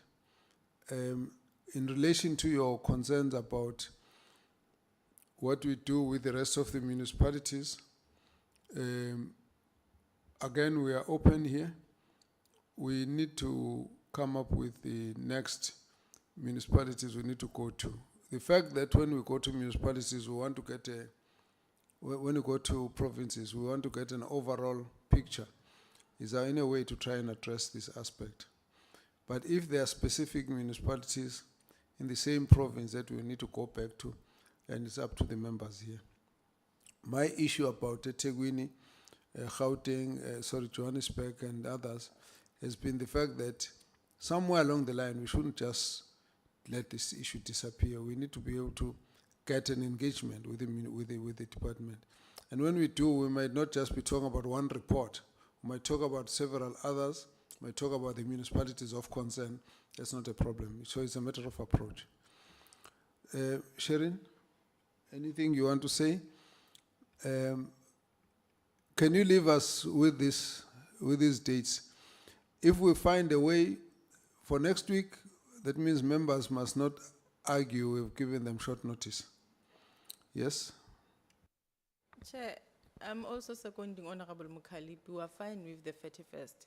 But if there's a possibility, members who are unable to attend the first day, they can still attend and join us on the second day. And then they can just get modules of what we have done on the first day. They will be able to catch up. I want to amend your comment because I can see that you are trying to accommodate all of us, which is good.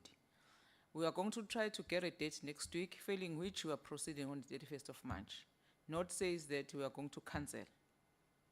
So let us move that way, Chair. We are going to accommodate people. If the NSG is available, we are going to continue. If they are not available, if they are available on the 31st of March, we are going to continue, not to cancel.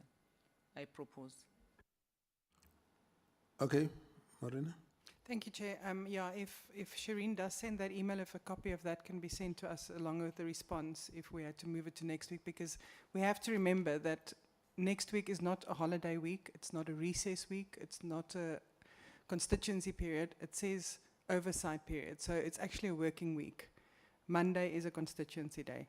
Always has been, always will be, for the foreseeable future anyways. So if that, failing which, from NSG, I mean, we have to continue to the 31st, but just going forward, let's be cognizant of the fact that we also have constituency and it's very difficult to fly out sometimes. Thank you. No, I think all of us have constituencies and we've got commitments on the day. I think let's understand that.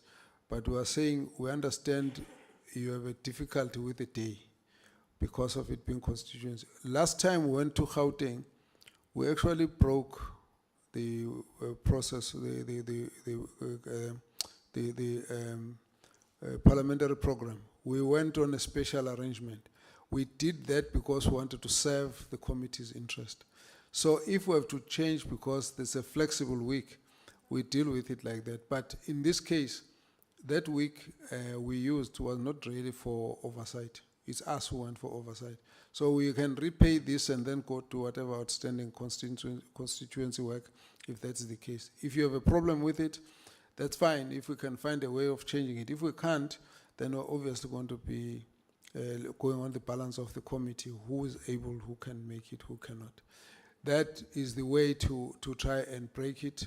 But going forward, we do need to understand that there's going to always be a need for flexibility. It's not always going to be rigid all the time to say we can't do this, we can't do that. But that's why we always bring it here for consultation to say, okay, what's the balance of the members feeling? Can we do this? Can we do that? I think let's take it from that point. All of us have to be sensitive about the times and the commitments we've made. That's fine. I think that we will have to come back to you. Let's do it today, so that we don't have a day passing without us knowing what's going to happen next week. Otherwise, it makes a big mess. Already, if you say we're having a virtual meeting next week, it puts a whole lot of dynamics, because you don't just put a virtual thing, you have the day before preparation, a day after preparation. So we do understand that. All of us have to be sensitive. So by end of the day, we must get a sense. And if there's no problem, we'll proceed. If there is a problem, we'll go on to the date. All right, members. So, any other issues? Shenge, are you okay? Sorry? Yes, you raised a comment and I'm going to check if your issues are covered at this point. All right. Okay, members, thank you very much. This meeting is then closed. We meet next week on Tuesday. If there's a change, we'll know by the end of the day, and we will then reissue a whole week's program. Otherwise, we're taking next week as a constituency week for the members, and then we'll proceed on the capacity building on the other day. If not, then we'll indicate by the end of the day. Thank you very much. Wonderful meeting. Meeting is closed, adjourned. Enjoy the afternoon.